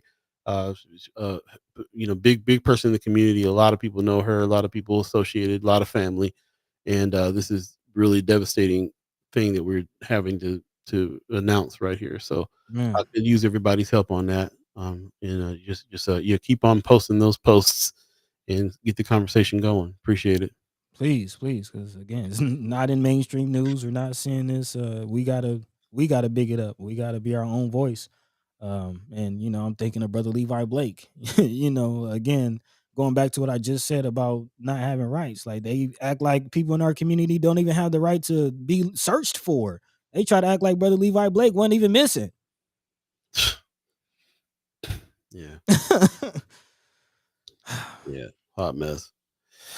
Appreciate that. Like I said, about 3 minutes left in the show. We don't really have time to jump into some other things, so I just want to kind of throw a few haps out there. This is coming up here on Wednesday, I believe. Wednesday, yeah, the 20th, from 1 to 4. Application afternoon. Heart Ministries is behind this as well. Also, Arbor Bank, good partner over there. Mortgage loan originator Bo Bigley will be there to speak a little bit about some housing things. We need to really talk about that. Address your credit, income, and debts. Discover your buying power. Get pre-qualified for a home purchase. Some information. This will be some really good information to come and find out. I know from working over there, doing some work over there with Heart Ministries, that they are very much into helping people get on their feet in a real ways, and even get into some housing. There's be some people that have gotten into their earlier programs that have graduated all the way up to being able to purchase their own home because they're getting some help over there from Heart Ministries. So that's what's up. Contact Maria at Heart Ministry Center to schedule an appointment. The number is 402-451-2321. It's funny. I've been working with Maria all week on the video stuff. She's cool. So Man, yeah, man, everybody over there is doing some good work, and this would be a good program to check out. Also, early on, we're going to let people know that the 19th annual Omaha Entertainment and Awards is coming up February 16th. Highly encourage you to look into this and get your tickets early. It's going to be at a new space this time. It's going to be over at the what do they call the old the Sokol Auditorium? What do they call it now? The Admiral. Admiral's at the Admiral. Oh, Yep. sure. I got it. Yep. Are you Yeah, it sure? says it at the bottom. It says at the bottom. The The Admiral, Admiral. There you go. Okay. 2234 South 13th Street. Mom call him Sokol. I'm gonna call him Sokol. But it's going to be at a special place this time. It's going to have a lot limited seating than it did last time. Definitely highly encourage you to get your tickets early. Of course, you can go to Omaha, oeas.org, and get your tickets early. And yeah, check this out. If you guys have been putting votes in all year long here for the people that you want to win these awards, then I highly encourage you celebrate them by coming up and showing up to the show. We'll definitely talk about this more as time goes on, but I just wanted to put it out there early since they're starting some early marketing for this because of the situation with the seating. We really feel like you probably want to get your tickets a little earlier than normal. So Man, definitely check it out, and we'll talk about more as we go for sure. support. Definitely pull up. Yep. It is 9 o'clock right now. If you believe in the concept of time, buddy, you got any words for the people? Anything that you want to bring out before we get out of here? Um, and there's a lot on my heart right now, but I will say in short, man, just regardless of your station, regardless of where you are in life, regardless if you have finances or anything, opening up your heart and loving each other is free. It's free. and necessary. And it's man, man, there's not enough caring about each other, not enough. And again, I keep saying it, and I'm going to keep saying it and hammering it in until it's a part of every part. Like, we are all we got, but it's enough. It's enough. It's enough, y'all. Yeah, If only we know what to do with our resources. that's right. One great thing we can do with our resources is recognize and help and be a part of the lives of some of our Sudanese population here in Nebraska as well, because it's a lot, and they are neighbors. And a shout out to people like the BAA, Black Agenda Alliance, Untamed with Sherman Wells, and all these other organizations that are bringing in some of these immigrant communities that are probably hurting right now with what's going on in Sudan. Marcia Miller Jenkins is going to leave us with also 2 million Sudanese citizens are starving currently from the genocide happening right now. Something to keep aware of, because somebody living right next door to you probably got a family member that's suffering from this right now. If you got to bring it that Man, close to home, you got to man, bring it close to home. Keep it in mind that a lot of the brothers and sisters that we're growing to become one with out here in Omaha probably have family that are dealing with this right now. Genocides happening all over the world. So there's ways that we talk hyper locally around here about most things, but most things tied to the world. That's just how it is, and this is another one of them. So keep those things in mind as well. We definitely are going to have to speak a little bit more on a lot of things that are happening outside of Omaha. But with this Omaha focus that we're trying to, hmm to to have, because nobody is really focusing in on us in our man, communities like need be, hence people missing and not being headline news everywhere. We'll talk about it. In the meantime, between time, we appreciate you guys showing up. Sorry for such a somber Monday. It is what it is, because we're talking about real stuff. We're not here to entertain in that way. We're here to really have some discussions about some real issues, and that's what's going to happen. It's going to get heavy, but try to keep light, try to keep love, try to keep art in mind. Art's the only way we're going to be able to battle any of this in the man, first place. To become aware of these things and move accordingly, and most importantly, get together, man. We got to get together. That's all there is to it. Thanks for the suggestion on the survey, Imagine Miller Jenkins. I definitely want to start put that together for the next weekly wrap. Again, if you have yeah, not signed up for the weekly wrap, please do so. This is where a lot of the new ideas and things are happening. Also, check out our website. We have a new website as well. It's going to be having some a lot more up to date articles and things on that as well. So between the newsletter and the website, this is the way that we can really kind of communicate with you directly, without dealing with the algorithm of the social media platforms. man. Here's the link. Please sign up for the weekly wrap. Really, really appreciate everybody who's already done that. And before we let you go, we talked a little bit about that Tyson fight. We talked a little bit about Netflix and how Netflix kind of failed everybody with that live stream. Mm, As you can see, tech be teching for us too. The live stream is man, a tough one. Live stream is a tough one. So for the Netflix site to get shut down because he wasn't ready for that, I just saw this graphic just in the architecture at Netflix right now. Some of the things that they have to go through in the front end to get to your home, and some of the programs and things they got to do for the back end in order to have all mm, that stuff happening. You got streaming, you got big data. There's a lot of things involved here. A lot of companies involved, a lot of processes involved, and it makes you. And you start looking back and seeing like who owns some of these things. Then you'll start to understand a little bit more how information flows, even on an entertainment channel like Netflix. mm, And so it's very interesting to me that we're in this media space and we're trying to navigate so that we can really be able to keep us all well informed and communicating. But we're going through these corporations doing that. Senator Terrell McKinney puts the respect on his name, has it right. We got to get in the same room, meet face to face, live alive with one another, man, and big time. make it a thing. Yeah, just really quickly on that point, we'll definitely have to bring that conversation back up. But you're kind of head on as far as the importance and the role of social media and information in the future. There's been some reports looking at how Trump, and how he found success in his campaign is by using social media influencers like Joe Rogan and some of the other tactics that he used and how it Elon impacted. Musk. Yeah, Elon Musk and all of that. So again, yeah, we have to be mindful of how information is being shared, what channels it's going through, and yeah, nothing beats living alive with one another, man. So There there you you go. go. Anthony Rogers Wright is saying Party for Socialism and Liberation meeting this Thursday at the Sydney at 7 o'clock. He says, we're starting a new local party, y'all. It's time. So if you're interested in that, hit him up, Anthony Rogers Wright. A person who is a frequent person in the chat. Definitely want to meet with him face to face as well and talk about some things. And if that's the direction that you want to go with him, might want to check it out. Definitely need something in order for people to try to get together better. So let's continue to do that. And we'll do as much as we can over here at First Sky Omaha. Really appreciate everybody who is a person who is a member, a $10 member, a $25 member, a $50 member. Thank you so much. This is the way that we're trying to be paid for by our constituents. And if it's a thing that you feel there's some value there, please consider going to First Sky Omaha and signing up, and so that you could become a reoccurring member as well. And also like and subscribe over there on Facebook and everywhere. And then share the show on Facebook, share the show on YouTube, like and subscribe on YouTube, excuse me, hit the bell over there as well. We're definitely going to be doing a lot more stuff on YouTube in the coming weeks. We only got a few more episodes left in this season. So stay tuned for some special guests. We definitely got some special guests coming in on Wednesday that we need to talk about. And so yeah, stay tuned for that show. Tell a friend, tell a friend.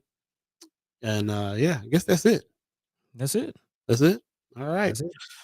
Shout out to the Umaha tribe elders for allowing us to be on this land and speak while we're here. Shout out to our elders for allowing us to speak before you. And shout out to you, the chat chimers, allowing us to speak with you. And thank you for speaking with us on a lot of these subjects in the news. And thank you for adding things in Friends of First Sky Omaha, the group page on Facebook. Really helps out to understand what it is that you guys feel is news as well. And we will definitely always address that. So thank you very much. Gwen Easter said, good show. Appreciate you. Shout out to Pops. He gave me a call earlier, said he wasn't going to be able to make it this morning.